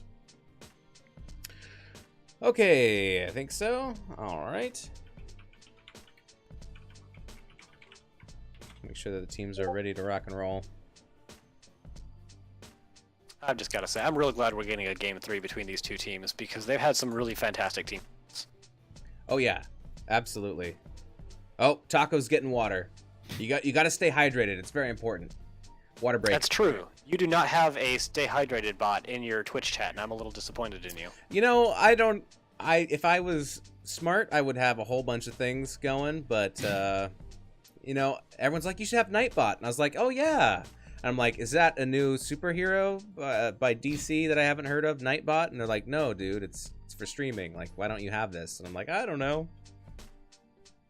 I mean, when you have Nightbot, the onus is on you to keep it updated, and otherwise it's just going to keep spamming out things that are no longer applicable, and people will be hounding you to change it, and you won't, and it can be more trouble than it's worth.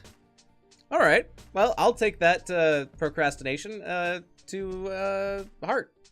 All right, here we go. We are getting into this game right now.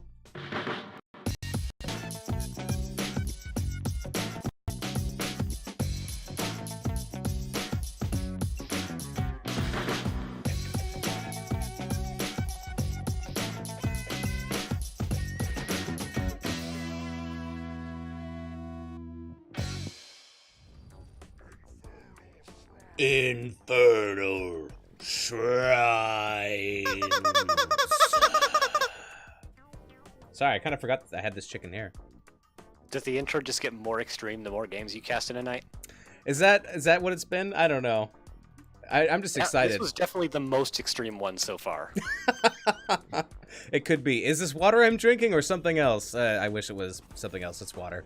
Surprise, surprise, we have a Zeratul ban once again from Team Training Wheels. They have been trained to ban Zeratul, and they do it yet again. Ooh. Yep, they are not a fan of the Nathrazim.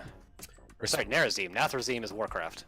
Sounds like something that you'd put on some kind of a cut that you'd get. Maybe just apply a little bit of Narazim to your arm. Exactly, some kind of a rash.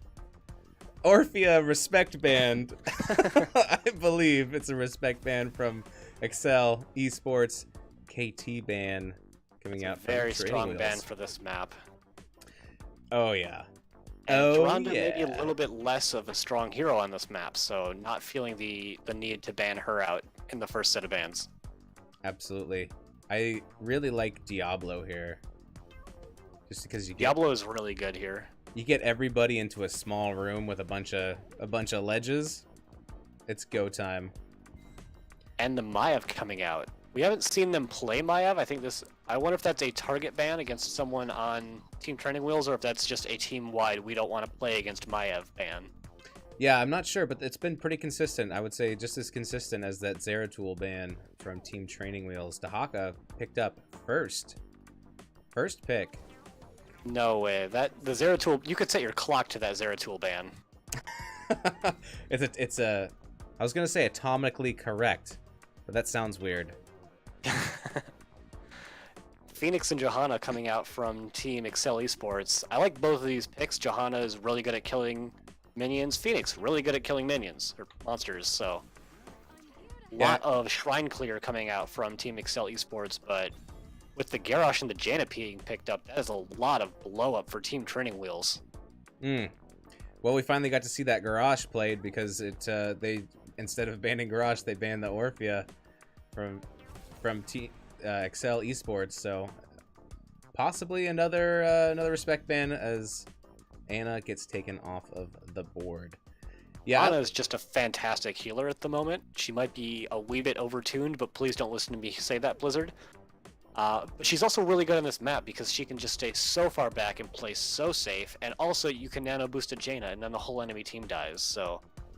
That's true. Even if it's not a respect ban, that's just a really solid ban. Brightwing ban coming out, that's a little suspicious to me. Alright, so does that mean that we're going to see something like a Genji, or what are they going to want, a polymorph? Or That be is the afraid of a question. polymorph? A Cho'Gall with no healer. Interesting. They don't go for a heavy dive target, just respecting Brightwing's ability to split soak, I guess. Yeah. There's not a particularly strong polymorph target on the side of Team Training Wheels, so just really don't want to have to deal with that global. Yeah. I mean, especially since they already had... Wait, did they already have a support up? No, they did not. Oh, okay. Alright, well then that makes more sense. What is the last going to be? Oh, cool, Dan. There's your wave clear right there. There's a lot of wave clear on the side of Accel Esports. Yeah, there's a lot of shrine clear potential on both sides of this game. I like it. Who do you think this favors? Looking at the drafts now. Oh,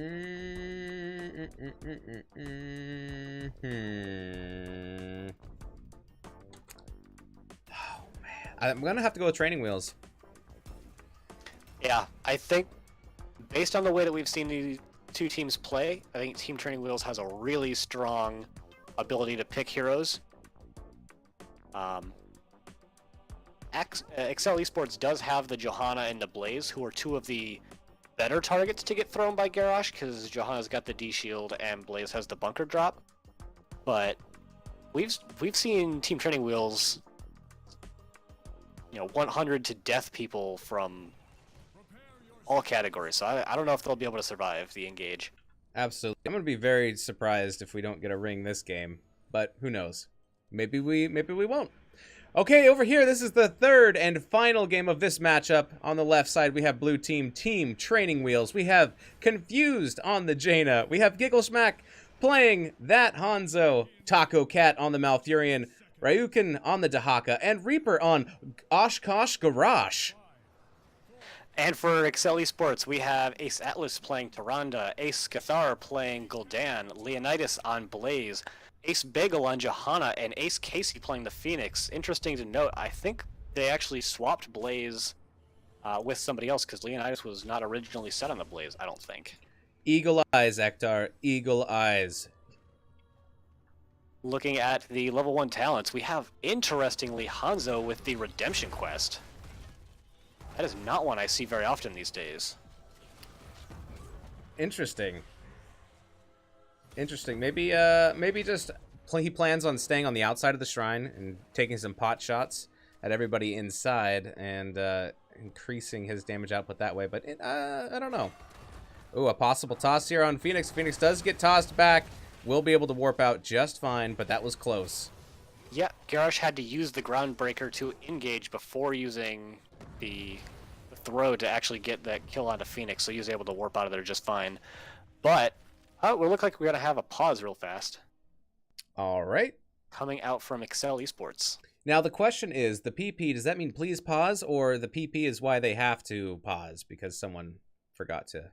Okay, small tech difficulty. All right, it's not a bio break. The buttons are stuck or something. That's never good. You know, that is an interesting technical issue to have. My buttons are stuck. Yeah, someone, I forget, I think it was a couple nights ago, someone's like, hey, my keyboard just totally broke. We were like, what? I was like, well, you better draft somebody because we're in the middle of draft, so we can't pause it now. Actually, you can't pause and draft, can you? No, not that I'm aware of. Interesting. Oh. I guess we're back. Yep, we are the referees. We had to be the ones to actually do the unpause there. Oh, well. Both teams said they were ready, so... Accel Esports a little bit behind in these rotations. Garrosh hiding out, trying to get a throw onto a nice squishy target. And he finds the Phoenix, but he misses the Groundbreaker to keep him in place. And he's just barely going to squeak by because of it. Johanna stuck, but making it out just because she's so resilient. Yep, and Tyrande does not have the... Oh, another pause. Tyrande does not have the healing numbers, especially in the early game, to keep up a whole team like that. So even though both teams traded out pretty evenly on damage, the blue team is going to come out a little bit ahead there. Yeah, absolutely. And so this is going to be, I'm pretty sure, a successful camp invade, and that it was going to go over to Team Training Wheels. Apparently Bagel's keyboard is not functioning as intended. Fixing right now. I just like to imagine that that Bagel's out there with like a soldering iron, like trying to remove keys and basically remanufacture his keyboard. I don't think that's what's happening, but yeah, we can see that Gul'dan is already rotated away to get the mid soak, so I don't think there's any chance that Accel Esports comes back on this camp. Yeah, absolutely. All right, I guess we can check in with chat real quick. Yeah, Rio Kai asking, have they tried turning the buttons off and on again? No, and also the buttons are not like those on clothes. 323s coming out from Mark Zombie, John Knight. Some voting, I guess. Poll for victory. Also, yeah, I don't have a polling bot either, Ektar. I have failed on that as well, but I may have to look into that. Looks like we have a couple votes for Accel Esports and a couple votes for Team Trading Wheels. My vote is... I don't know if anyone can see right now. I had a dog come and invade. Oh, there it is. So. Oh, it's a cutie. Yeah, I don't have a separate webcam for my dog like Bahamut, so I'm a little bit behind in that regard. I do, but I have a camera. I just don't set it up because my dog is naughty and would probably just eat it. And be like, oh, all right, let's check out what the Pigs is doing. Flip on over and like it's just a mouth. I mean, you could probably get an audience if you just streamed that. That's true, but that's an expensive stream every time. You have to get a new camera. I guess you could buy some cheap ones, but still. That or get like GoPros are pretty resilient. Maybe you could just use something like that. I'm pretty Although sure. I don't know if GoPros can do live streaming. That's true. We might have to poll some people and find out what the deal with that is. Here, I'm gonna play while we're waiting. I'm just gonna play some weird bumpers. Here, I'm gonna play this one. Yeah. By the way, if you're holding on for a Frozen reference, just let it go.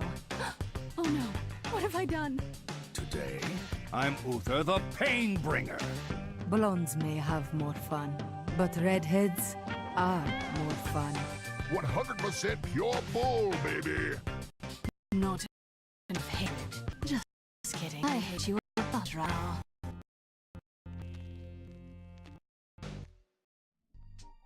Okay, we're back. We're gonna get into the game. Okay, here we go. 5, 4, 3, 2, and a 1.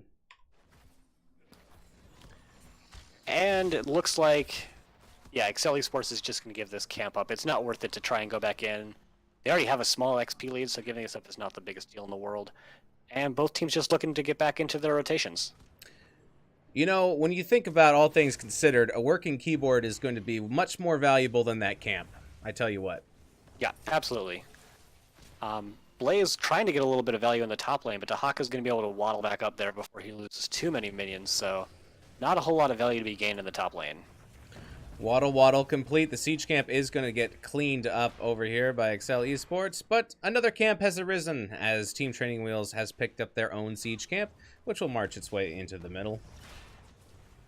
Yeah, and I like them picking up these camps early because the objective is going to be spawning in this lane, so even if the camps were picked up during the objective or at the very start of it, it's not going to get him a whole ton of value. Garrosh getting chunked pretty low, but that 45 armor is going to see him safely out.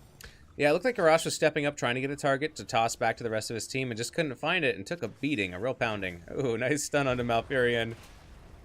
Atlas is doing a really good job so far in this game, using his owls to try and keep track on where the blue team is going, and he's pretty much always spotting out where Reaper is, but is he going to get this throw?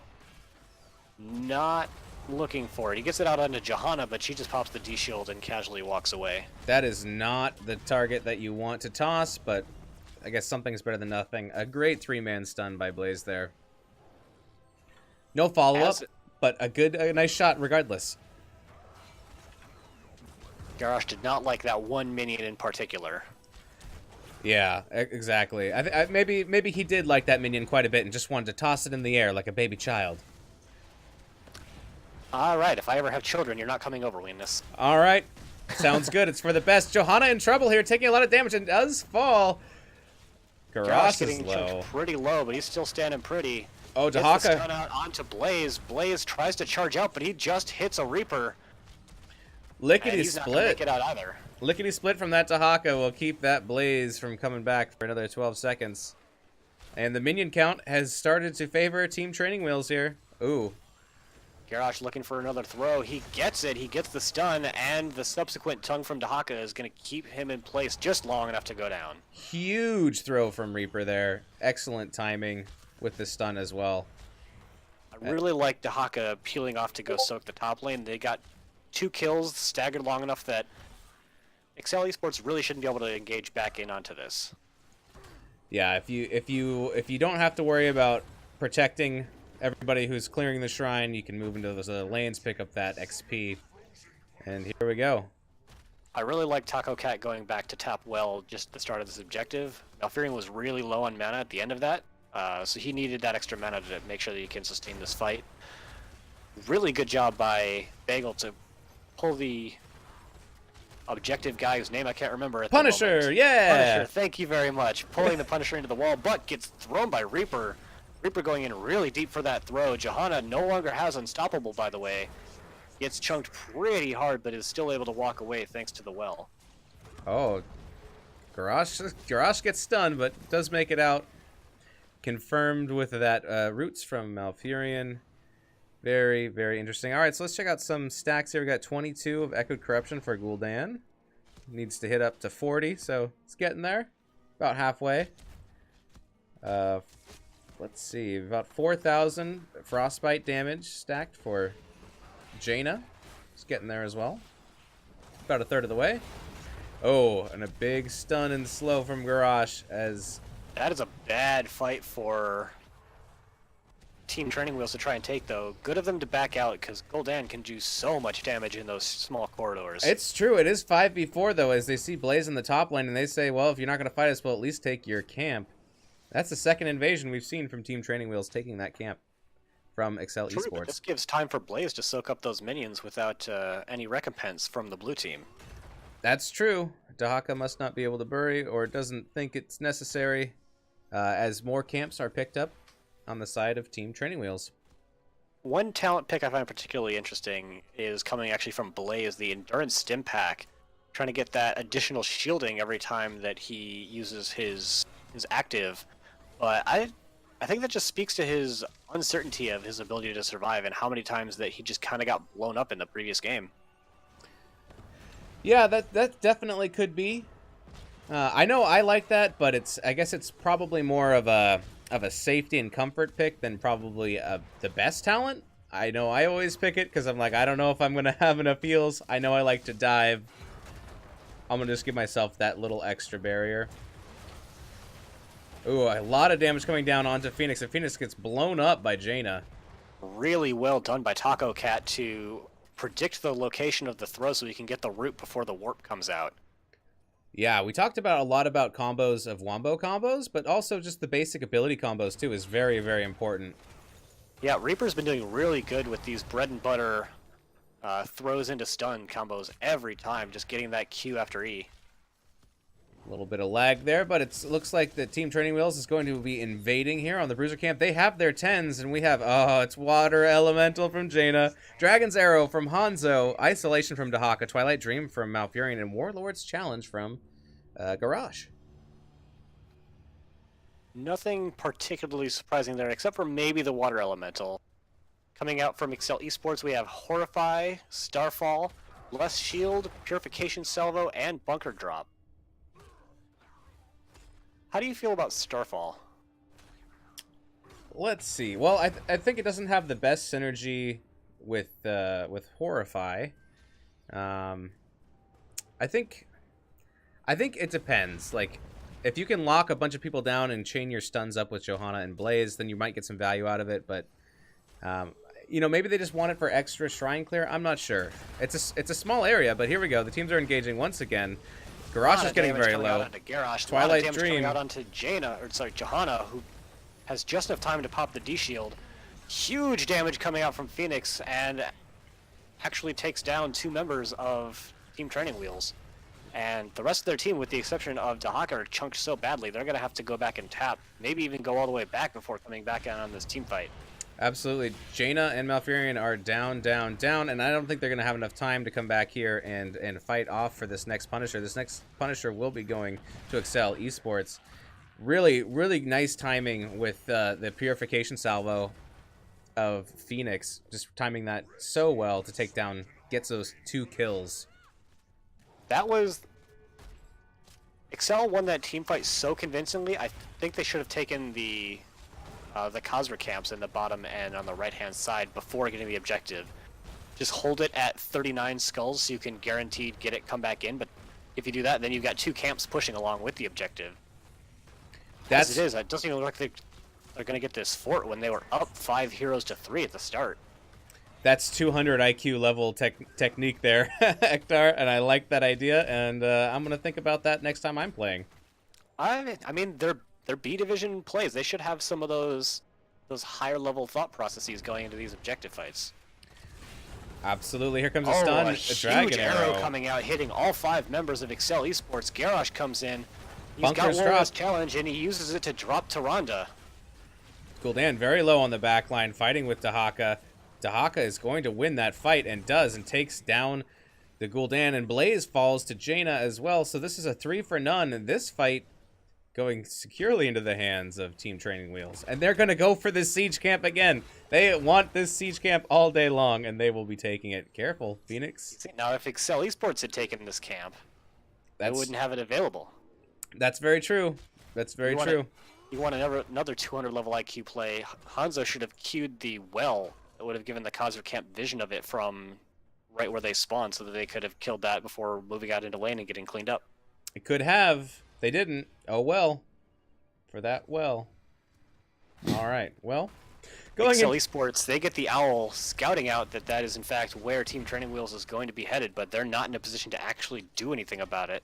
The old Dahaka well snipe up in the top lane.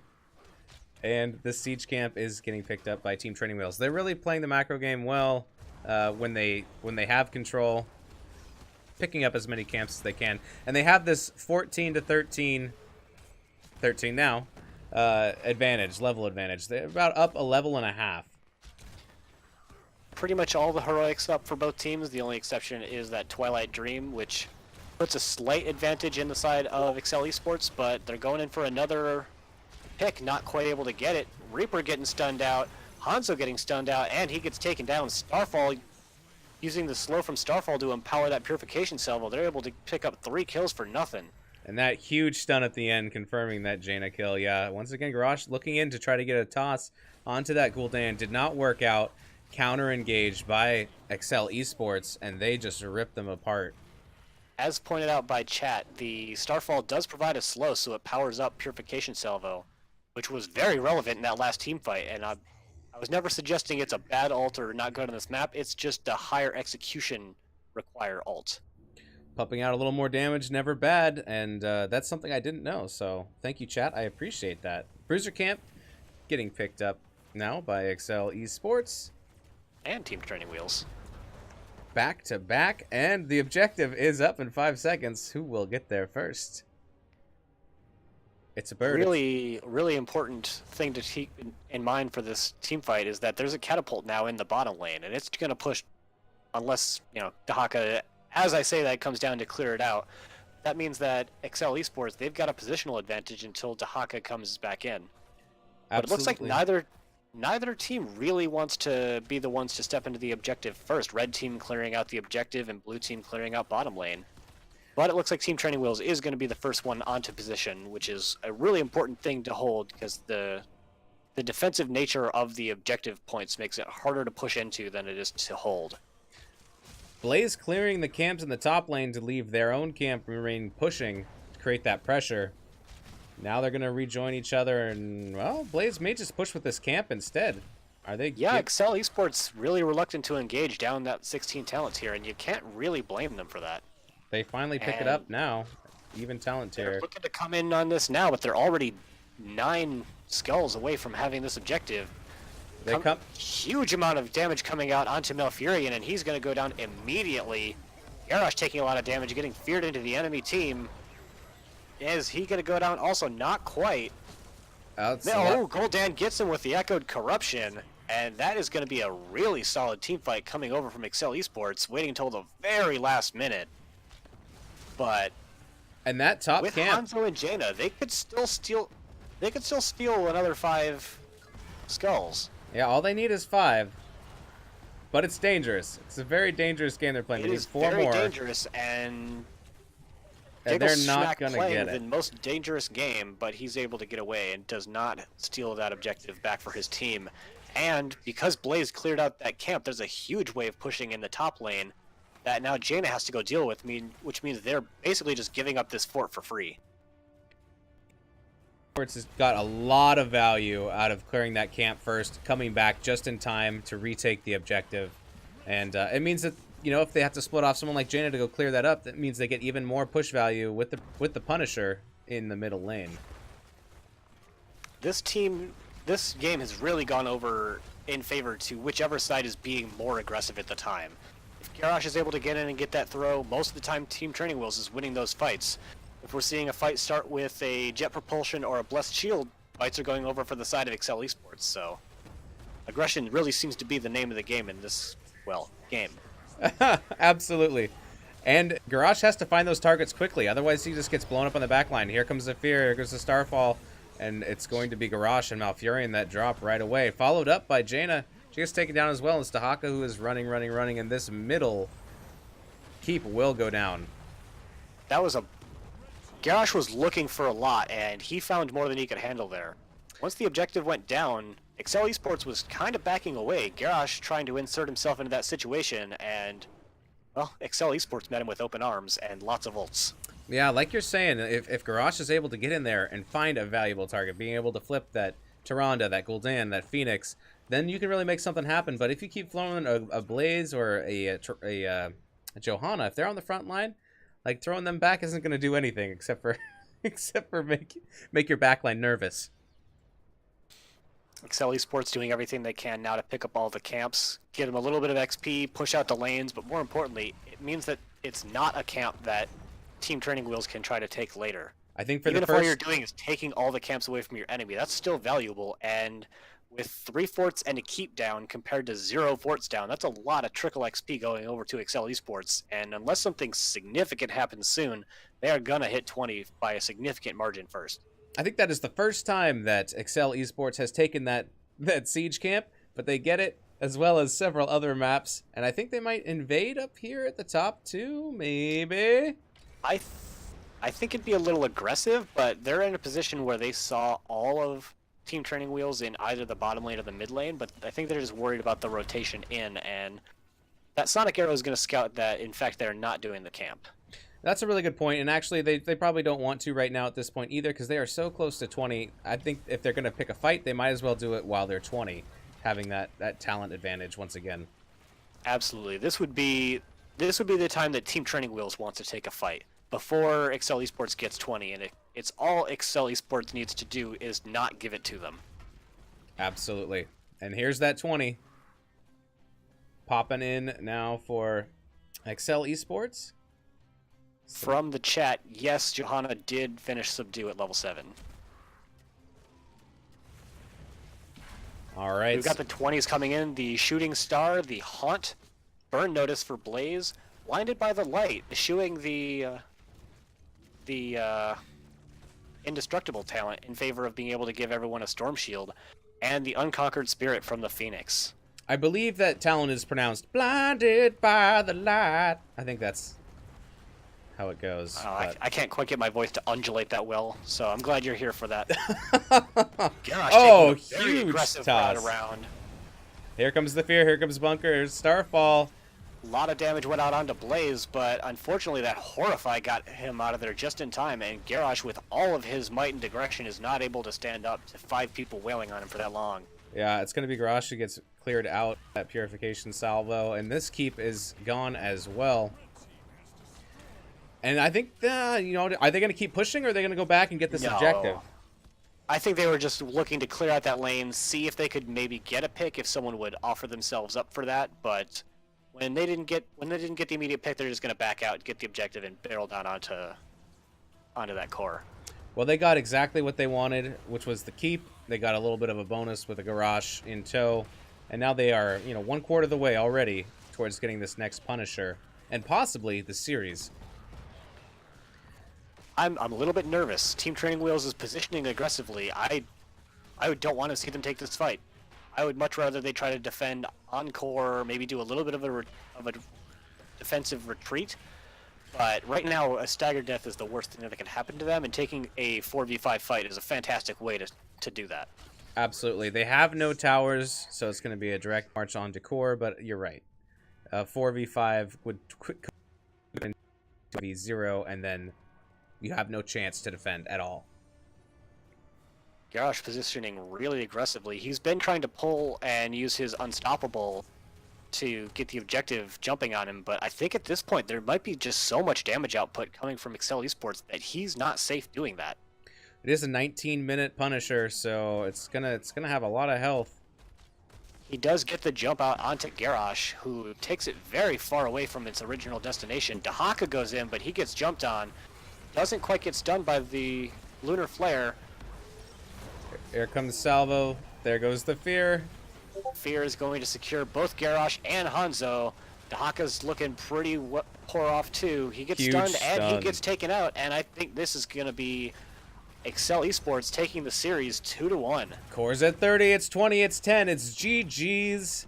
And we are advancing with Accel Esports as winning 2-1. Wow.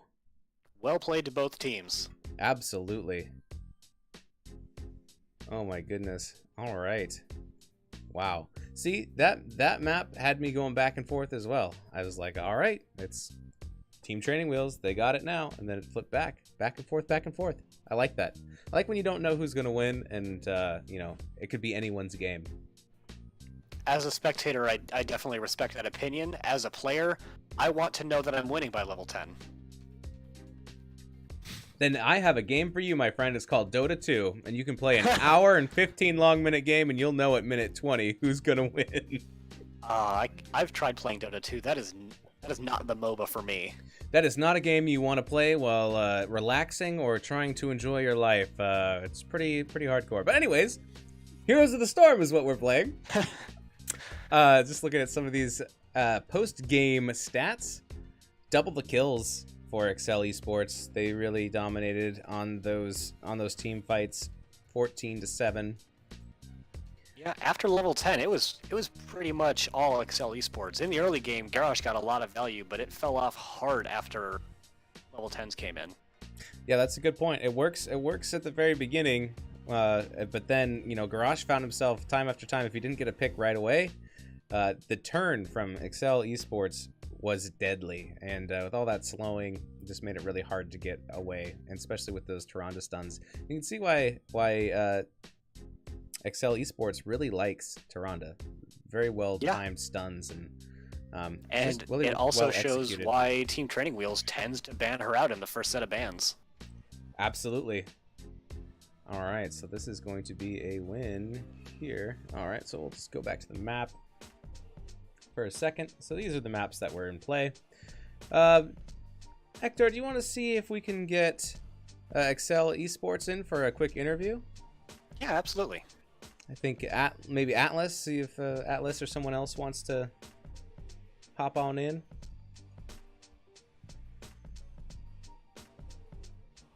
And actually, I guess we can hop out of here and hop into a channel in a lobby. Let's go to lobby 3. All right, so I'm gonna wait just a minute here so Hector can follow me over.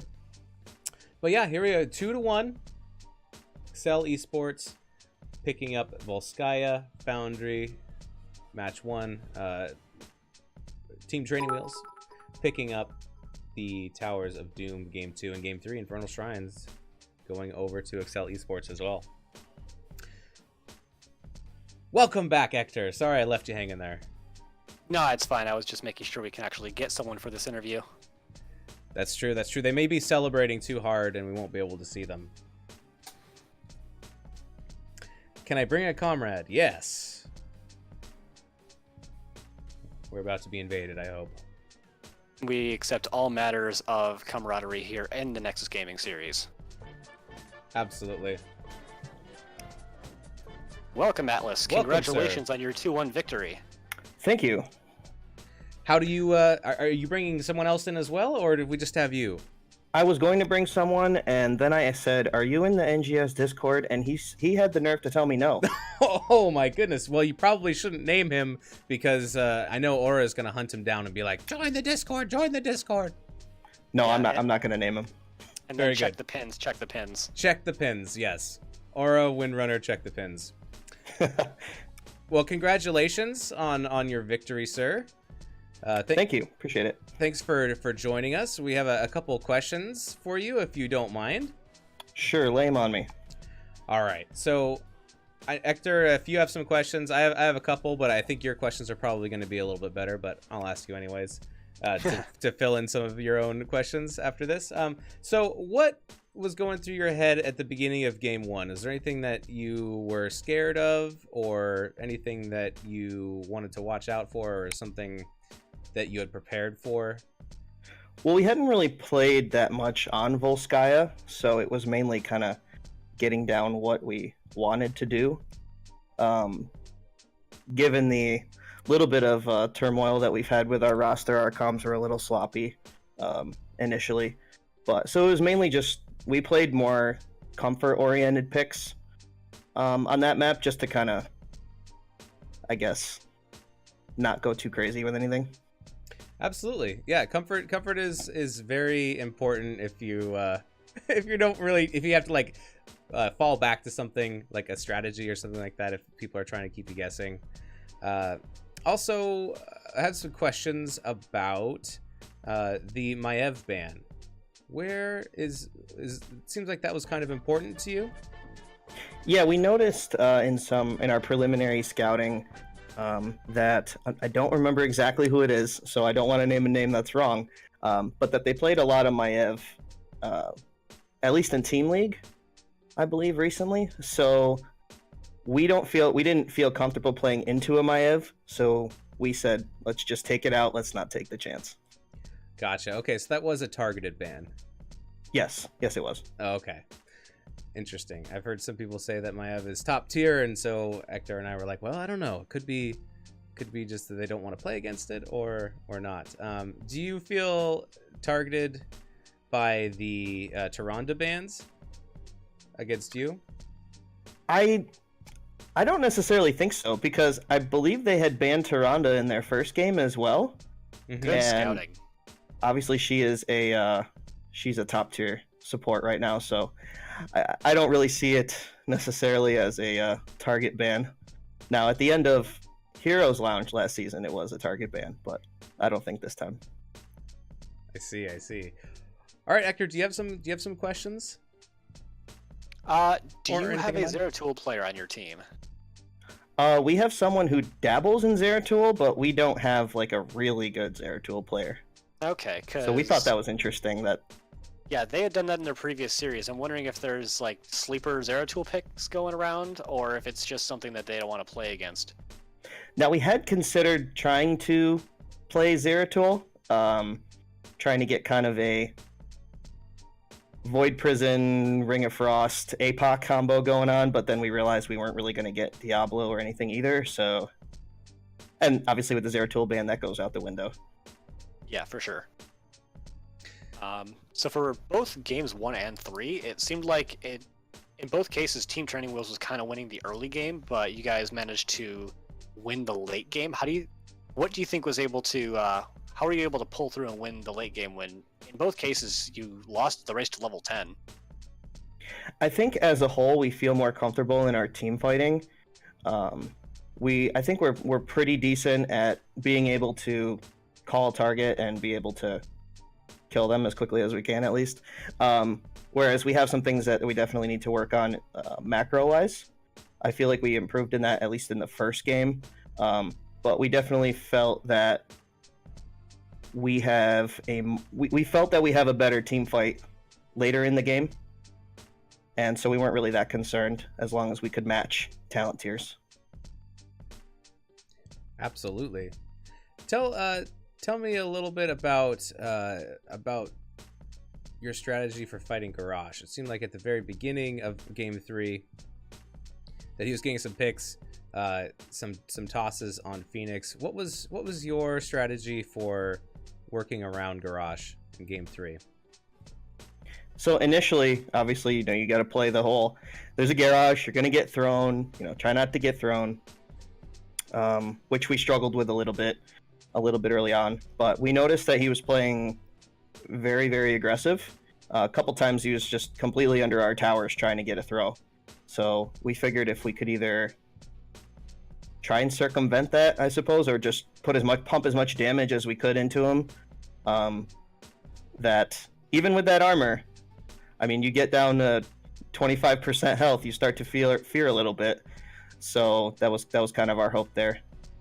Well, I think it was effective. Like, you'd see Garrosh run in, and if he couldn't find a target, he'd start running away slowly, and then the counter engage from you guys was really good, and I think really made the message quite clear. Yeah, that's why we wanted to grab up that's why we grabbed Johanna as well, because if she gets thrown, she can just hit D and walk away. Absolutely. Hector, you were wondering about the shielding picked up by Blaze at level 1? Yeah, it's normally I see people go globe stacking to get the unstoppable on Pyromaniac. Do you happen to know why your Blaze went for shield on Stimpak? I have absolutely no idea. I know our Blaze player in the last game is not the guy on our team who traditionally plays Blaze, but we really wanted the Gul'dan. So we have a different guy who's a Gul'dan player, Skather. He's our Gul'dan player. He said, you know what? If you could play Blaze, I'll take the Gul'dan. And so we went with it. Just kind of a little bit of growing pains with the team shuffle happening. I think it could have been. Yeah, I mean, I don't know how much Leonidas plays Blaze, so I don't want to throw him under the bus. But he has said he's played him at least a decent amount to feel comfortable on him. Well, if it's the wrong one, I'll stand in the lane too, because that's always the talent I pick too when I play Blaze. So I'm not necessarily saying it's a bad talent at all. Just kind of curious because it surprised Ector, and Ector's a smart guy, so something surprises him. I'm like, I should pay attention to this. So before we let you go, just a couple more questions. What can you tell us about the team, Accel Esports? How long you've been together, how you got together, and your experience with NGS? So we started in Heroes Lounge actually originally as a free agent team. We were all thrown together. We did fairly well. We at least made it into the group stage of the playoffs in Division D, I believe. I don't remember. Division 4, that's what it was. Letters, numbers, different. Exactly. So then we decided after that we were going to continue playing. We had a couple of roster changes in between. One individual stopped playing. We had picked up Skather, who was a friend of someone that we knew as well. So we picked him up because he's, at least when it comes to MMR, he's higher than the rest of us. More game knowledge too as well. So sure. So we've been playing together for a decent amount of time, I think. So we decided to come into NGS. This is at least my first time in NGS. We had the unfortunate circumstance where our team captain, who had originally brought us all together to bring us into NGS, has decided that he does not want to be a part of the team anymore. So he decided that he was going to back out. Unfortunately, last minute today. So as we talked about earlier, we were scrambling a little bit to find a fifth, but fortunately it went pretty well for us, and we're going to continue playing. Just because we had one guy drop out doesn't mean that we're done. So that determination and sticking with it, I really admire that. And as a first time in NGS, welcome. I hope you guys have fun and enjoy it. And it's very interesting to find out that you guys came together as all free agents being thrown together at one point or another and building from there. I think that's always interesting. How I feel like it's like one of those shows where they're like, we have cameras in the house and there's these 5 people that just met for the first time, and you're like, all right, and then but it seems let's like have them play competitive Heroes of the Storm. Oh my gosh, now Hector, that would be a show. We have our next show. What would you call it? America's Top Gamer? I don't know. Something. Well, I mean, you could consider calling it Heroes of the Dorm, but that wouldn't really work anymore, would it? No, I think you'd have to call it Hot's House. Hot's House, that's a good one. I like that. Yeah, that could mean something else too. So like maybe we would have to work with marketing. But anyways, well, that's how you can get people in. That's how you get people in. Come for the name, stay for the amazing MOBAs. Exactly. All right. Do you have any more questions, Ector? No, I think I'm good. All right. Well, thank you so much, Atlas, for answering our questions. And congratulations. And do you have any shout outs before we let you go? Well, I'll first say thanks for having me. And I will say I'd like to shout out actually Casey's brother Mark Zombie and his team, the Nexus Cats. Good luck to them. I also like to give a shout out to my brother, who he's also watching. And let's see, I can't forget Shamhat, who's also a member of our team as well. So she'll be, I believe she's actually taking over the official captain duties. So shout out to her. She couldn't be here tonight, but she'll be here from here on out. And finally, I'll give a lovely shout out to our captain who left us, Mr. EO. Very well said. Very well said. Nothing like winning a match to show that you're still a team without your former player.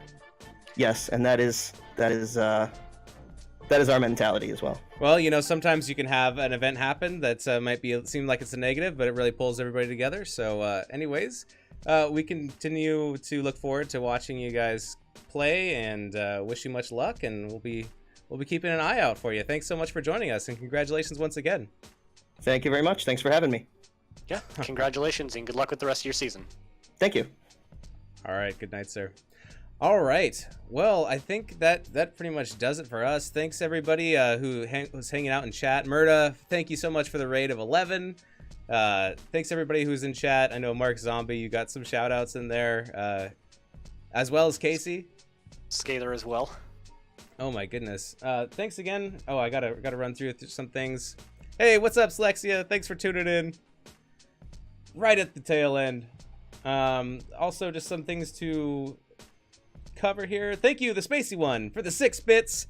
I really appreciate it. Some chicken honks for that. Spacey bits, or the Spacey One. I called him Spacey bits. Thank you for the 100 bits again. Thank you for the follow as well. I'm eating cookies right now as followed. Thank you so much. Murda, thank you again for the raid. Slexia has followed. Thank you very much. I appreciate it. And thank you for the host. Hector, thank you, sir. You've been magnificent tonight. Thank you so much for volunteering and joining me on this adventure. Thank you for having me and for doing all of the hard work that goes into casting. I just had to show up and talk. Well, and we got to see your dogs, and it was wonderful. I really enjoyed it. Sorry, it was a good evening.